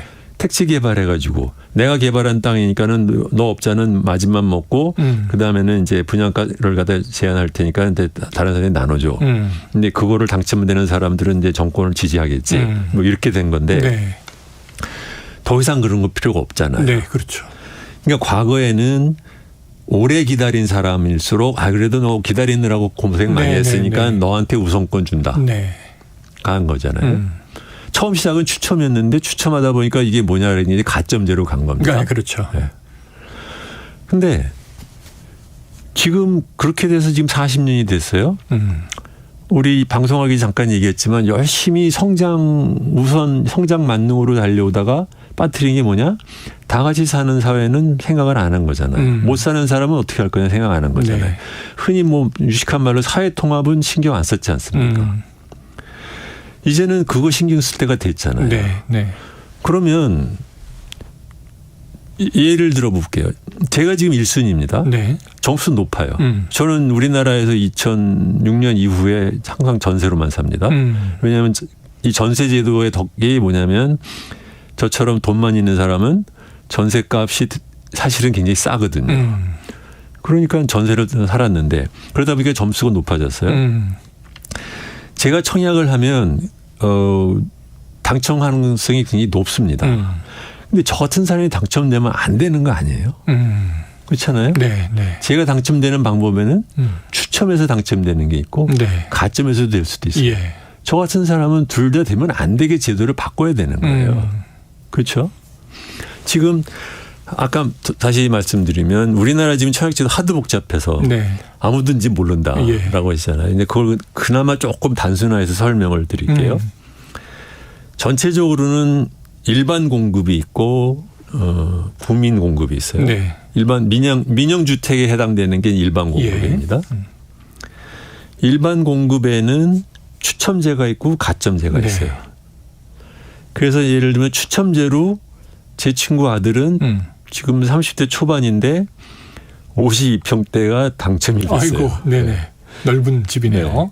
그래가지고 돈을 구할 수가 없으니까는 아버지한테 찾아와가지고 아버지 얼굴을 쳐다보면서 어떡할까요? 그러더라는 거죠. 그리고 이런 식으로 추첨에 의해서 20, 30대가 막 40평, 50평 당첨되는 사람들이 있어요.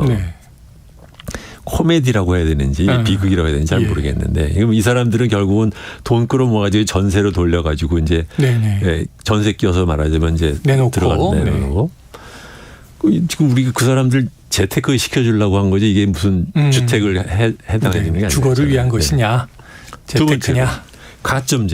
가점제는 뭐 청약을 얼마나 오래 들었느냐 무주택자로 얼마나 있었느냐 부양가족 얼마냐 그러니까 뭐냐면은 따로 사는 부모님 가짜로 주민등록 들고 올리고 요양원 들어가 있는 부모님 가짜로 올리고 그래서 점수 만들어서 그래서도 당첨되고 이게 말하자면 이제 개인적으로 이제 사기들을 하는 건데 그나마 그 가족인데 얼마 전에 사건은 전혀 관계없는 자녀가 있는 이 싱글 부부가 지선이 사건 위장 결혼했잖아요. 그렇죠. 그래서 뭐 자녀가 5명이다. 그래서 최고점 해가지고 분양 받고 반띵 뭐 이런 거였지 않습니까? 그 왜 지선이라는 아이는 왜 그렇게 해서 학대돼서 죽은 아이도 그렇게 해서 제가 보기에는 그렇게 된 것 같은데 이런 제도가 문제가 그러니까 가점제도 문제가 있는 거예요. 그렇죠? 무슨 말이냐? 청약제도를 운영할 때는 이 청약제도를 운영해서 우리가 얻으려고 하는 목적이 뭐고 누구를 우리가 도와주려고 하느냐인데 제가 말씀드린 저 같은 사람을 도와주는 제도로 운영이 되면 안 된다는 거죠. 그럼 누구를 도와주느냐? 크게 보면 저소득층, 그렇죠. 아니면 젊은층. 네. 이 둘 중에 한 사람한테만 가도록 바꿔야 되는 거예요. 네. 그런데 그것을 바꾼다고 하면 어떻게 바꾸느냐? 돈이 없는 사람한테는 임대주택 당첨이 되게 되죠. 결혼한 사람이면은 신혼부부한테 당첨이 많이 가도록 하고 네. 나머지는 필요가 없어요. 네, 네. 근데 지금 다시 돌아가면 일반 공급에 추첨제와 가점제가 있는데 저는 이 올해 기다렸다고 해서 가점 받고 하는 것은 안 맞는다라고 네, 생각을 하고 네. 이건 젊은 층이나 아니면은 저소득층한테만 가점이 가도록 만들어야 된다고 제도를 생각하고 바꿔야 한다.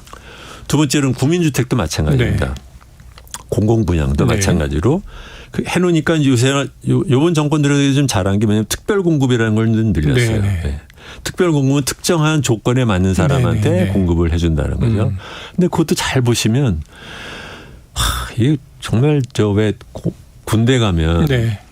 그 유격 훈련 하면은 조교가 네. 왼쪽으로 굴러 오른쪽으로 그렇죠. 굴러 뭐 앞으로 그렇죠. 굴러 하면 시키는 네. 대로 막 하지 않습니까? 그렇죠. 정신없죠. 네. 그거랑 비슷해요. 뭐냐면은 보세요. 제가 그 표를 하나 지금 찾아와서 그 보면서 말씀을 드릴게요. 하나가 뭐가 있냐면은 특별 공급에는 이제 그러니까 아까 말씀드린 일반 공급이 있고 이제 특별 공급이 있다 그랬잖아요. 특별 공급에 이제 뭐가 있냐면은 청년이라는 게 있어요. 청년. 네. 이거는 주택 소유 이력이 없고 19살에서 39살 사이의 미혼이에요. 소득 기준이 있습니다. 소득이 월평균 소득의 40% 이하. 뭐 순자산 어쩌고 하는데. 자, 이거 보세요. 그러니까 순자산이 2억이 잘 안 되고 소득이 없는데 어떻게 집을 삽니까? 이거 말이 안 되는 거예요. 분양 한들. 네. 이건 무슨 뜻이냐? 부모한테 돈 받을 수 있는 사람만 여기 들어가는 거예요. 그러네요. 부모 돈을 끌어올 수 있는 사람만 들어가는 거예요. 사실은요. 그다음에 신혼부부가 있어요. 여기는 예비 신혼부부 또는 신혼 7년 이내 신혼부부로서 애가 뭐 이렇게 있으면 가점이 올라갑니다. 네.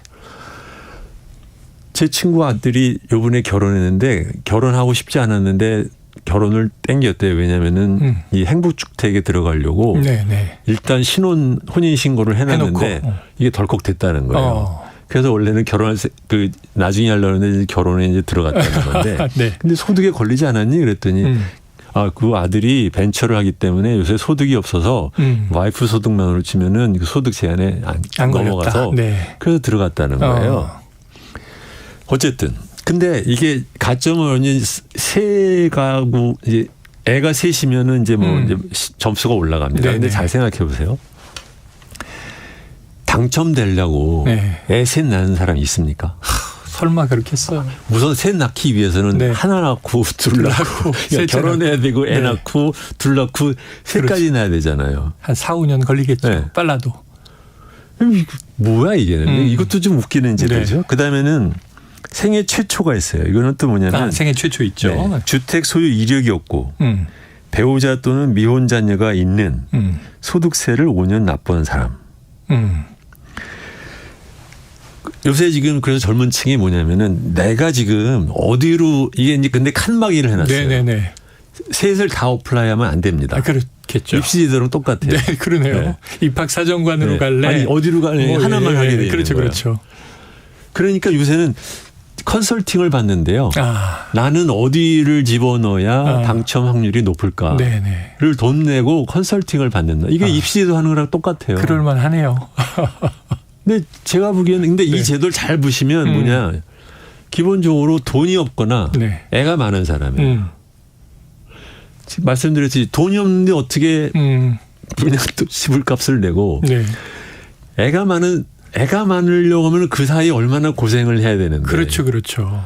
이거 말하자면 조교가 지금 옆으로 굴러 하는 거 지금 당하는 거랑 똑같아요. 이게 제 생각은 뭐냐면 일반 공급 당첨 이런 거 다 대부분 없애버리고 특별공급 1년에 40만 원씩 나가는데 일반 공급에서 분양주택에 대해서 분양가 상한제 이런 짓은 할 필요 없고 국민에서 나가는 거 임대주택 나가는 것만 하더라도 특별공급으로 신혼부부면 그게 소득이 뭐 어쩌고 됐지 하여튼 간에 그렇게 따지지 말고 그냥 들어가고 대신에 돈이 없는 사람들을 위해서는 행복주택 위주로 공급을 대폭 늘리는 게 훨씬 낫다. 알겠습니다.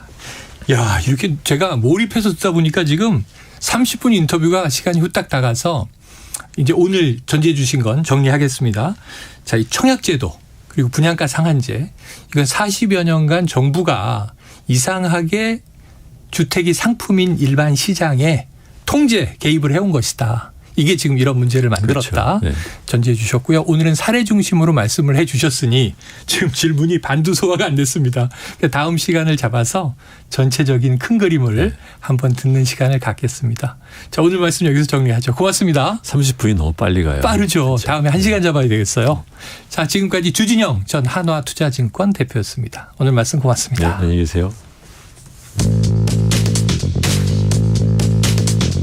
최영일의 시사본부는 여러분과 함께합니다. 짧은 문자 50원, 긴 문자 100원이 드는 샵 9730. 라디오 어플 콩과 유튜브는 무료로 참여하실 수 있습니다.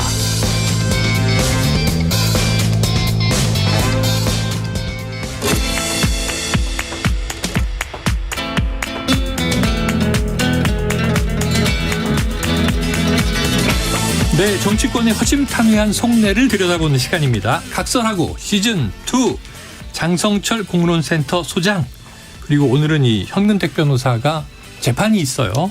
그래서 더 강력한 네, 역시 변호사님이신데 벌써 소리를 내셨어요. 예, 제가 소리를 네. 냈습니다. 장윤미 변호사님 오셨습니다. 두 분 어서 오세요. 네, 안녕하세요. 예, 초면은 아니시잖아요. 처음 뵀어요. 이미 장남매로 장남매. 영광입니다. 네. 예. 근데 본이 같으신 건 아니죠? 아닙니다. 인동장 씨. 예, 저는 되게 소수여가지고요. 파여가지고. 근데 각설하고 시즌 3는 언제 해요? 시즌 3는 뭐 해가 바뀌든가. 해가 바뀌면? 네, 뭔가 적절한 시즌에 저희가 더 글로리는 아니니까. 네. 자, 그래서 오늘은 현장 법사 대신에 장남매로 가겠습니다. 자, 먼저 장윤미 변호사께서 꼽으신 키워드로 포문을 열어보죠. 충격적인 윤석열 대통령 요미우리 신문 인터뷰. 자, 이거 어제 많이 회자된 뉴스인데. 자, 그럼 이 꼽으신 네. 이유를 좀 설명해 주시죠. 일단 우리나라 국민들께 그리고 강제징용 피해자분들께 설명하는 기회는 저는 거의 없었던 것 같아요. 그게 또 이 실타래를 좀 꼬이게 한 측면이 있고 네. 그런데 사실 요미우리는 일본 내에서도 굉장히 극우 신문으로 분류가 되지 않습니까? 저는 거기서 9면을 털어서 윤석열 대통령의 방일에 대해서 쓴 것 자체는 예우하는 차원이라고 볼 수 있는데요. 네. 대통령이 인터뷰에 응하셨잖아요. 굉장히 적극적으로. 국민들과 소통하지 않고 대화하지 않았는데 일본 언론에는 이렇게 상세하게 입장을 내는구나. 심지어 우리나라 국민들이 외신을 통해서 그러니까 요미우리 신문 인터뷰를 통해서 알게 된 사실들도 상당히 있습니다. 새로운 내용들이. 네. 제3자 변제? 이거 우리나라 민법 체계에서 안 된다고 다들 변호사들이 입을 모으던데 이게 왜 됐지? 외교 당국에서 검토했을 때 됐나? 그렇지 않아 보여요. 대통령의 인터뷰 내용을 보면 본인이 대통령이 되시기 전부터 이 부분에 대해서는 가장 합리적인 아니라고 미리 생각을 해놨었다는 겁니다. 소신처럼. 소신이었다고 보아야 되겠죠. 그렇다면 이것을 사실상 강행했다라고 보는 게 결과적으로 좀 맞는 것 같아요. 그리고 일본 언론이 이렇게 우려합니다. 아니 대통령이 바뀌면 이거 어떡하냐. 우리나라 정부에게 내지는 일본 기업에게 구상권 청구하는 거 아니냐. 그러니까 안 갚아도 돼야 되는 돈을 한국 기업들이 갚았기 때문에 원래 돈을 변제해야 되는 대상한테 하는 게 구상권이잖아요. 네네. 대통령이 자신 있게 이야기합니다. 그럴 염려하지 말라고요. 대통령 임기는 4년 남았습니다. 구상권 청구권은 민법상 시효 10년이에요. 그러면 이걸 어떻게 장담합니까? 저는 이게 법리에도 맞지 않고 정치적으로도 좀 그렇댔고 국민들께도 좀 실망감을 드렸다는 측면에서 충격적이라는 표현을 쓰게 됐습니다. 네. 자, 이외에도 또 요미우리 신문에 실린 내용들은 굉장히 많습니다. 네. 어린 시절의 추억도 있고요. 또 이제 이 강제동원 피해자에 대한 해법만이 아니라 또 반경 능력 이해한다 이런 얘기도 들어 있었죠. 자, 요미우리 신문 뭐 지금 극우 신문이라고 말씀하셨는데 대체로 이제 우파적 신문, 보수 언론 이렇게 알려져 있어요. 근데 발행 부수가 일본에서 제일 많다는 거죠.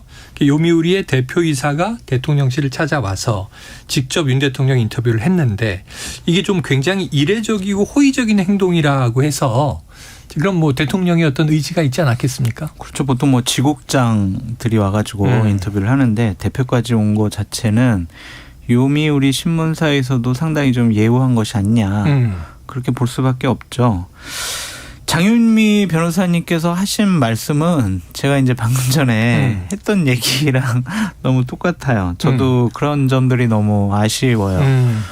그러니까 대한민국 국민들에게 좀 3.1절 기념사 그리고 6.1날 있었던 정부의 방침에 대해서 통보하는 형식으로 인식이 됐었는데 좀 서운한 거는 일본 국민한테는 이렇게 자세하게 설명하시면서 친절하게 왜 우리 대한민국 국민들에게 그리고 또한 피해자 또 유가족 분들에게는 그렇게 자세한 설명이 없었을까 좀 아쉽고 안타까운 부분입니다.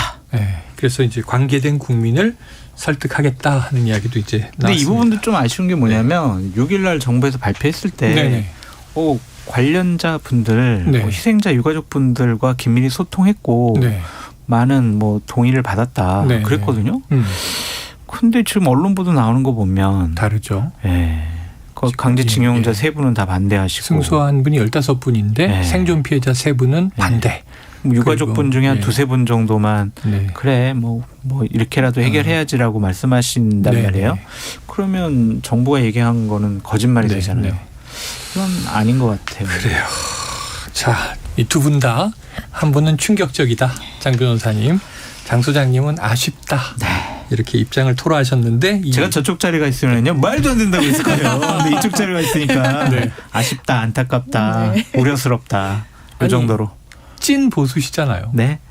근데 보수가 꼭 대통령이 한다고 해서 무조건 잘했다고 하는 거는 맞지 않은 것 같은데요. 아, 그래요. 아쉽고 안타까운 부분이 있는 거죠. 집권 여당의 기류는 어떤지. 거기야 뭐 그냥 잘하셨습니다.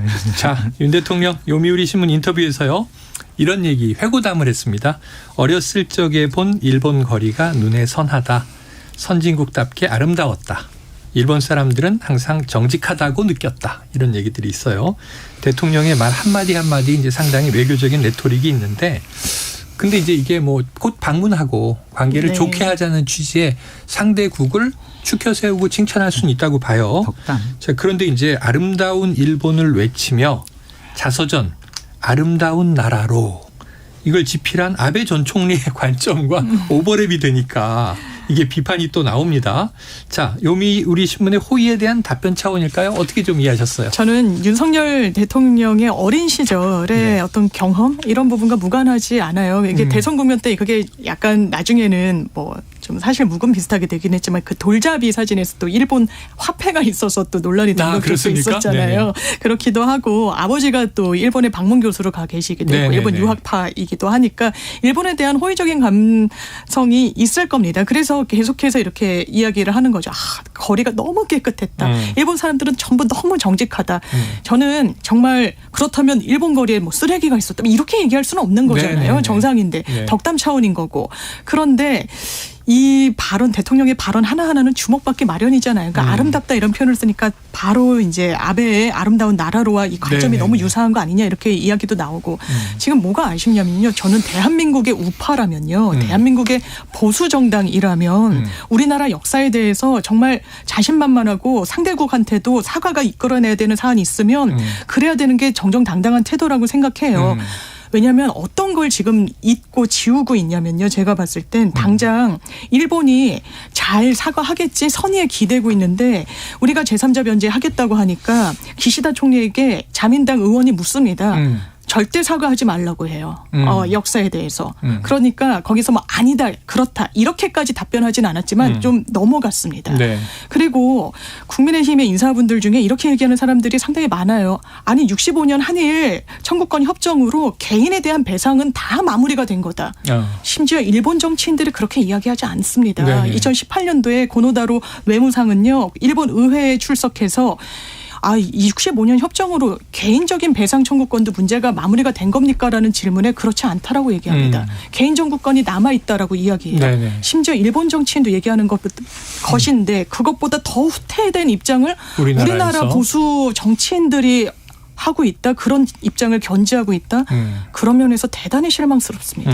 그래요. 오늘 장 변호사님 나오실 줄 알았으면 저도 변호사 대리인을 좀 저 대신 내보내고 후회가 됩니다. 아니 거의 변호사급 아니에요? 아니, 장 소장님 좀 만주 변호사예요. 만주 변호사. 네. 아 이거 박지원 전 국정원장이 자주 하시는 말씀인데. 아니, 국회 있으면 그렇게 돼요. 그러니까 말이죠. 네. 국회는 법을 만드는 곳이니까. 그것도 그렇고요. 또 제가 모시는 분들 소송이 많이 있잖아요. 소송이 많아. 그럼 보좌관들이 거의 다 기초적인 것들을 다 변호사처럼 처리를 해요. 네. 그래서 저희가 농담처럼 우리는 실제 존재하지 않았던 만주국의 변호사다. 만주 변호사 막 그런 식의 농담을 하죠. 네.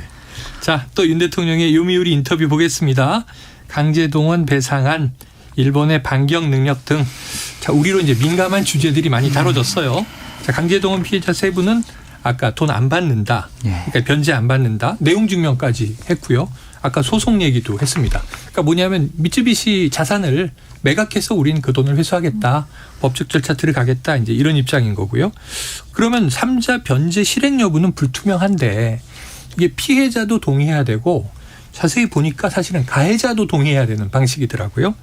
그런데 윤 대통령 인터뷰에서 변제가 이루어지면 논란이 수습될 것 이렇게 단언을 했습니다. 자, 이게 장 변호사님 단언의 근거가 좀 있습니까? 저는 근거를 모르겠어요. 이게 흔히 근자감이라고 하잖아요. 근거 없는 자신감. 그러니까 본인이 아마 정말 검찰총장일 때도 이게 뭐 대법원 판결도 나와 있고 그 논의 과정은 보고를 받으실 수 있으니까요. 그걸 보고 이거 국제법과는 좀 다른 건데 뭐 이런 좀 결론을 내린 것 같아요. 본인 스스로. 예, 그렇기 그러니까 때문에. 그건 예. 검사 시절인 거죠. 그렇죠. 검사 시절에. 근데 그것도 사실 타당하진 않습니다. 왜냐면요. 미쓰비시가 미군 군인들도 탄광에 강제 노역을 시켜요. 임원들이 사죄했습니다. 우리나라랑 달랐어요. 중국에도 똑같이 중국 재판부가요. 대한민국 대법원과 똑같은 판결 내립니다. 이거 미쓰비시 전범기업이 배상해야 된다. 해줬어요. 아, 그래요? 예. 근데 거기에 대해서는 뭐 한일 협정과는 다른 그런 게 중국과는 없었다 이야기를 하지만 우리나라 대법원이 결론 내렸습니다. 65년 청구권 협정은요. 개인 간의 배상은 없었던 거라고 내렸어요. 왜냐하면 샌프란시스코 협약의 그 후속 조치로서 국가 간의 어떤 문제를 가름했다라고 판단을 내렸던 겁니다. 보니까 이름도 뭐 독립축하금 맞습니다. 이렇게 들어왔다면서요. 예. 그래서 이게 어떻게 개인에 대한 배상이 다 일거에 해소됐다고 볼 수 있느냐. 그러니까 대통령은 이게 국제 뭐 사법 체계 뭐 이런 거에 따르면은 우리가 더 이상 청구할 수 없지만 우리 대한민국 정부가 중간에서 가교 역할을 해서 어떤 그 막힌 국면을 뚫는 거다라는 인식을 강하게 갖고 있는 것 같은데 전혀 그렇진 않아 보입니다. 그렇지 않다. 자, 이 3자 변제 관련해서요. 여기서 이제 변제가 이루어지면 논란이 수습될 것보다 한 발 더 나간 또 이야기가 나옵니다. 요미우리에서 물어보죠. 정권이 바뀌면 이것도 뒤집히는 거 아닙니까?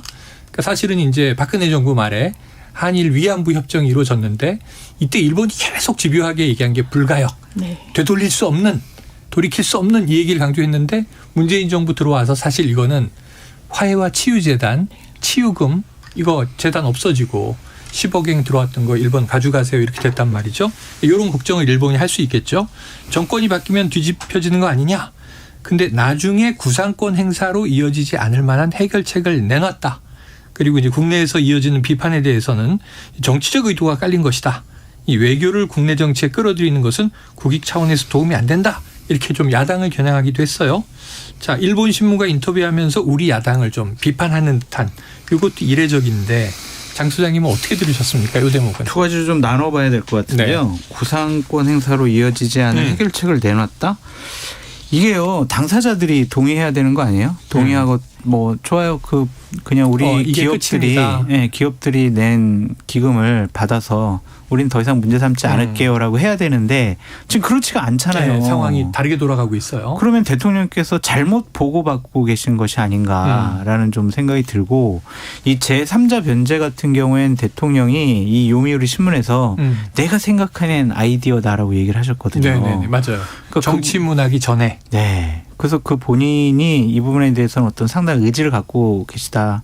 해결하고 싶어 하시는 것 같은데 가장 큰 전제 조건인 당사자, 희생자, 유가족 이런 분들의 동의를 받지 않으면 이게 어떻게 가능할지 저도 솔직히 좀 의아하다라고 말씀을 드리고 그러니까 국익 차원에서 도움이 안 된다.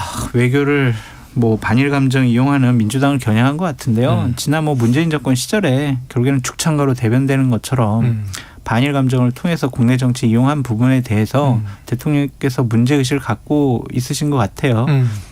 또 그렇다고 굳이 또 여기 요미우리 신문에서 이런 얘기 하신 게 적절한가 그런 생각도 좀 듭니다. 사실 이제 개인적으로는 제가 좀 주목한 건 이 반격 능력에 대한 대화입니다. 이거 이제 우리가 방송하면서도 일본의 이렇게 어떤 방위력이 증강되는 것이 옳은 것인가 좋은 것인가 지금 평화헌법 개정한다는 얘기가 계속 나오고 있잖아요. 아베 때부터. 그러니까 이제 우리는 전쟁할 수 있는 군대를 보유하는 보통 국가가 되겠다. 일본이 그러해도 되는가. 근데 그러해도 된다는 건 과거를 통절히 사과하면 보통 국가 돼도 된다. 우리 국민도 그럴 것 같아요. 근데 이렇게 사과에 대해서 인색한 일본에 대해서 군사력을 다시 보유하면 군국주의 부활은 어떻게 되나? 뭐 우길기 논란 이런 게 있어요. 근데 지금 반격 능력을 보유한다는 안보 문서를 이번에 일본이 채택을 했고 그걸 물어보니까 입장을 이해한다. 북한의 중거리 미사일이 일본 열도를 통과하는 상황이라면 이건 이해한다. 이렇게 답변했고 또 자위대 방위력 강화, 군비 증강에 대해서도 이해한다는 거였어요. 네. 근데 어떻게 좀 이해가 될까요? 이것도 조금 좀 부적절하지 않나라는 생각이 드는 게 뭐냐면 이게 일본의 국가안보 전략 문서에서 이런 주장을 한 거 아니에요. 좋아요. 그냥 자기네들이 북한으로부터 위협받으니까 우리도 방위 능력 가져야 돼. 뭐 타격 능력 가져야 돼. 이거는 자기네들 문서에 나올 수 있죠. 근데 문제는 뭐냐면요. 이 문서에 독도는 일본 땅이라고 되어 있어요. 네. 그거에 대해서 대통령께서 문제 제기를 안 하셨잖아요. 그럼 이거는 대한민국의 영토를 수호해야 될, 지켜야 될 대통령으로서 과연 이게 어떠한 의미로 대한민국 국민들에게 받아들여질 것이냐. 말하지 않은 부분에 대한 실망감이 저로서는 좀 가지고 있어요. 그러니까 말씀하신 대로 안보 문서를 이해한다 이런 입장이 되다 보니까 이걸 포괄적으로 오독하면 그렇죠. 독도에 대해서도 이해한다가 돼버릴 수 있다는 위험성이 있는 거죠. 아니 그러니까 대통령께서 일본에 가서 기시다와 여러 가지 미래지향적 협력 파트너 관계 서로 기자회견을 통해서 밝혔어요. 그런데 며칠 있다가 일본의 어떠한 뭐 단체 아니면 강요 그리고 교과서 방위백서에서 계속 독도는 일본 땅이에요. 이러면은 우리나라 대한민국 국민이 자 미래 협력 관계로 일본 같이 가야 할 친구 우정을 나눠야지 이렇게 생각할 수 있겠냐고요. 그러니까 대통령의 오늘 정상회담의 결과가 저는 상당히 좀 주목이 되고 주목이 된다. 큰 성과를 좀 이뤄내시길 꼭 바랍니다. 그래야 지금까지 막 언론이나 야당에서 했던 비판들을 잠재울 수가 있지. 만약에 그냥 그래 뭐 과거 묻고 우리 미래로 가자. 이거로만 하면은요. 이거 후폭풍이 저는 감당할 수 없을지도 모릅니다. 자 일단 뭐 전해진 바로는 윤석열 기시다 선언은 일단 없습니다. 대통령실은 시간 관계상 촉박해서 그렇다. 그러니까 또 반론이 왜 촉박하게 잡았느냐. 그럼 선언문 다듬을 정도 시간을 확보하고 4월에 해도 되고 올해 해도 되지 않았느냐 하는 얘기도 있고요. 또 식사 저녁 만찬을 뭐 두 번 식당을 들른다고 하니까 이 대통령실은 이제 이게 밥을 두어 먹는 게 아니고 친교다 이렇게 또 얘기를 해서 어쨌든 애매합니다. 오늘 밤에 진행되는 상황들을 보고 보도들을 참조하도록 하고요. 성과에 이뤄내시길 바랍니다. 이건 다음 시간에 성과에 대해서 논의하도록 하겠습니다. 키워드가 2개라서 다음으로 넘어가 볼게요. 이번엔 장성철 소장께서 꼽으신 키워드. 김기현 만난 이재명. 어떻게 보셨습니까? 보기 좋았죠. 그냥 여야 대표가 하더라고요. 만나서 우리 민생을 위해서 국민을 위해서 협치할 건 협치합시다. 힘을 모읍시다. 이런 거는 정말 국민들이 바라던 정치의 모습 아니겠어요? 그런데 어제 하루로 끝날 것 같아요. 하루다? 네. 보통 이렇게 여야 대표들이 만나고 또한 문재인 정권 시절에 문재인 대통령하고 여야 대표들 만난 적이 몇 번 있거든요. 거창한 장밋빛 얘기를 엄청나게 많이 했어요. 그냥 만나면은 여야정 협의체 만들어가지고요. 우리 국민을 위해서 법안이라든지 정책이라든지 이런 것들은 같이 머리 맞대고 처리합시다 이랬거든요. 한 번도 지켜진 적이 없어요. 상징적인 게 어제 10시 38분 오전에 여야 대표 회담이 있었거든요.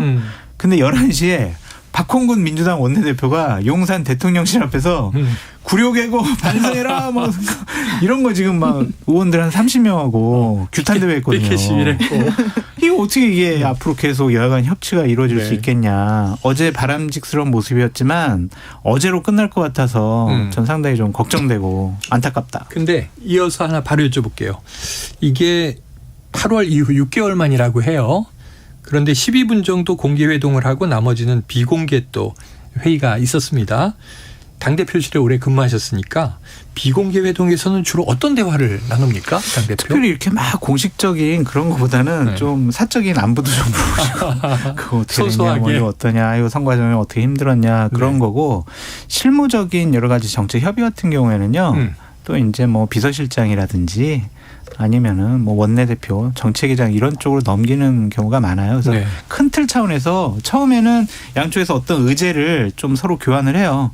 그래서 정리할 거 있으면 서로 그때 합의를 하고 나머지 부분들은 다 좀 사적인 얘기도 좀 하시고 좀 소프트한 얘기로 하십니다. 그래요. 자, 이번 회동으로 여야 관계가 좀 녹을까 싶다가 안 녹아요. 근데 뜬금없이 오늘 SNS에 권영세 원내대표 제가 어제 올렸는데 무슨 얘기예요? 제가 그저께 좀 대통령실 관계자분들을 좀 만났는데 그 권영세 통일부 장관의 행보를 좀 눈여겨봐라. 원내대표 가능성이 있을 것 같다. 이제 4월에 선출해야 되잖아요. 여러 가지 상황이 좀 진행될 것 같다. 그런 식의 얘기를 해주더라고요. 그래서 그게 어떠한 의미일까라고 제가 SNS상에 썼는데 권영세 원내대표가 이제 제가 그거 쓴 걸 보고 기자들이 좀 많이 물어봤나 봐요. 절대로 아니라고. 그렇게 얘기하셨답니다. 권 장관은 지켜보시죠. 한번. 권 장관은 부인했어요. 네. 지켜보시죠. 요즘 그런 경우가 많아요. 이복현 이제 금융위원장도 출마하십니까? 그랬더니 아니다. 나는 금감원 지킨다 이런 얘기 한 거죠. 자, 그래요. 오늘 더불어민주당 조응천 의원이 인터뷰에서 이런 얘기를 했어요. 이재명 대표의 질서 있는 퇴진 시점에 대해서 연말은 너무 멀다. 지금 타이타닉 침몰 직전이다. 그러니까 지금 당은 절박하다 이렇게 얘기를 한 셈이에요. 그럼 연말이든 아니면 또 고민정 의원이 이야기한 가을이든 시점이 좀 멀게 느껴지기도 하고 근데 당장 질서 있는 퇴진이라면 물러난다는 걸 전제하는 건데 장 변호사님 어떻게 좀 예상하세요? 제가 조응천 의원의 이 인터뷰를 들었는데요. 그러니까 본인이 계속 이제 퇴진을 즉각적인 퇴진을 좀 요청한 것처럼 언론에 회자되는데 그게 아니다. 일단 그래요? 인적 청산을 해야 된다라고 끊임없이 얘기했고 그래서 추가 질문이 그 앵커가 그러면 만약 인적 청산이 제대로 되지 않으면요? 라고 물었을 때 내가 그 당시에 그렇다면 뭐 송영길 대표도 그렇고 문재인 당시 대표도 그렇고 물러나지 않았느냐라고 이야기를 한 거다라고 얘기를 하는데 그럼에도 불구하고 총선이 1년여밖에 남지 않았기 때문에 좀 시간상 스케줄상 시급하게 움직일 수밖에 없다라고 그러면서 사실상 사태를 우회적으로 언급한 건 맞는 것 같습니다. 그렇다면 지금 민주당이 어떤 입장을 취해야 되느냐와 관련해서 저는 뭐 제가 뭐 내부자도 아니고 그렇긴 하지만 다만 오늘 정동영 고문이 이런 얘기를 하더라고요. 민주당은 지금 전쟁 상태다. 윤석열 정부가 걸어온 전쟁이라는 거예요. 수사와 관련해서 언급을 한 겁니다. 그런데 민주당 의원들이 사실상 본인들의 장수를 그대로 적진에 넘기겠다고 가결표 내지는 무효표를 던진 건 사실 정치사에 있을 수 없는 일이라는 거예요. 그래요. 장수를 일단 지켜야 된다. 그리고 그렇다면 민주당에 대한 지지도가 어떻게 나오고 있느냐. 이재명 대표를 향한 수사 대단히 정당성이 있고 실체가 있다라고 국민들이 느끼시다면요. 민주당이 지지율이 엄청나게 빠졌을 겁니다. 지금 민주당이 지지율 반등까지 이뤄내고 있지 못하지만 엄청나게 하락이거나 그러진 않아요. 유지하고 있다고 보면. 그렇죠. 오늘 당장 총선하면 어느 정당을 지지할 것이냐. 국민의힘이라고 답하시는 국민들 많이 안 계십니다. 그렇다면 지금 이 시점에 어떤 선택을 민주당원들과 의원들이 해야 될 것이냐. 일단 단일 대우를 구사할 수밖에 없어 보입니다. 현실적인 선택지가 별로 없어 보여요. 그리고 뭐 쌍끌이 특검이든 뭐든 이 집권 여당의 여러 비위 의혹들과 관련한 부분도 지금 이재명 대표가 내려오면 그 소용돌이 속에서 경랑 속을 쉽사리 빠져나오질 못할 겁니다. 민주당이 던진 화두, 민생이든 어떤 집권 여당에 대한 견제든 아무것도 못하게 될 거예요. 그렇다면 질서 있는 퇴진은 사실 정치적 수사라고 생각하고요. 질서 있는 퇴진이 어디 있습니까? 그냥 퇴진을 하는 거죠. 저는 지금은 어쨌든 단일 대우를 유지할 때라는 생각입니다. 네, 오히려 질서 있는 퇴진은 불가능한 상황이다. 네. 그게 민주당에 좋지 않다. 공세적으로 나가야 한다. 장 소장님은 그게 민주당에 좋지 않다. 네, 왜냐하면 지금 윤석열 대통령에 대한 부정평가가 대략 60% 내외 정도 나오잖아요. 다 여론조사 평균을 잡아보면 그런 상황에서 민주당의 지지율이 국민의힘을 압도하지 못한다라는 거는요. 민주당에 대한 실망도 크다는 거거든요. 큰 원인은 뭐냐. 이재명 당대표 때문 아니냐. 그렇게 평가해 볼 수밖에 없어요.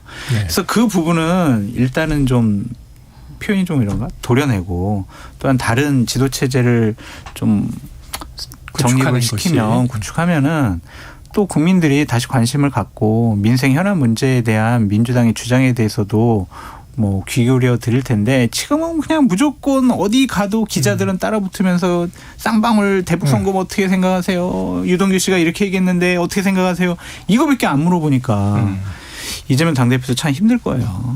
그러니까 본인이 감옥 안 갈래라고 생각하는 것보다는 어쨌든 민주당의 총선 승리를 위한 최선의 길이 무엇인가 그거를 먼저 생각하는 큰 정치인이 되시길 바란다라고 말씀드려요. 참 아이러니하게도 이제 고정 패널인 현근택 변호사도 김용 부원장 변호인단이어서 그 재판에 이제 다니고 있는 상황이니까 말이죠. 네. 자, 어쨌든 그런 문제가 있는 것 같습니다. 자, 이 대장동 의혹 관련해서요. PD수첩과 뉴스타파의 공동 기획 기사가 어제 상당히 화제를 모았더라고요. 잘 모르는 청취자분들 위해서 좀 장 변호사님이 한번 정리해 주시죠. 일단 김만배 녹취록 이런 거에 대해서 새로운 내용이 나왔는데요. 가장 주목할 부분은 최순실의 도움을 받았다는 부분이에요. 이게 뜬금없잖아요. 웬 최순실? 이렇게 이야기를 하는데요. 일단 이 대장동 일당이 구성한 건 이 하나은행 컨소시엄이라는 곳과 성남의뜰에 들어가게 되는데 거기에 최순실이 역할을 했다는 내용입니다. 자, 여기까지 정리하겠습니다. 시간이 다 됐어요. 아쉽습니다. 다음에 1시간 주세요. 1시간. 주진영 대표도 1시간. 야, 다 요구들이 많아요. 자, 장성철 공론센터 소장, 장윤미 변호사, 각설하고 시즌2 수고하셨습니다. 고맙습니다. 감사합니다. 예, 최영일의 시사본부 오늘 준비한 소식 여기까지 다 내보내드렸습니다. 저는 내일 주말이죠. 금요일 오후 12시 20분 일본에서 뉴스가 많이 쏟아질 것 같습니다. 찾아뵙도록 하겠습니다. 오늘 청취해 주신 여러분 고맙습니다.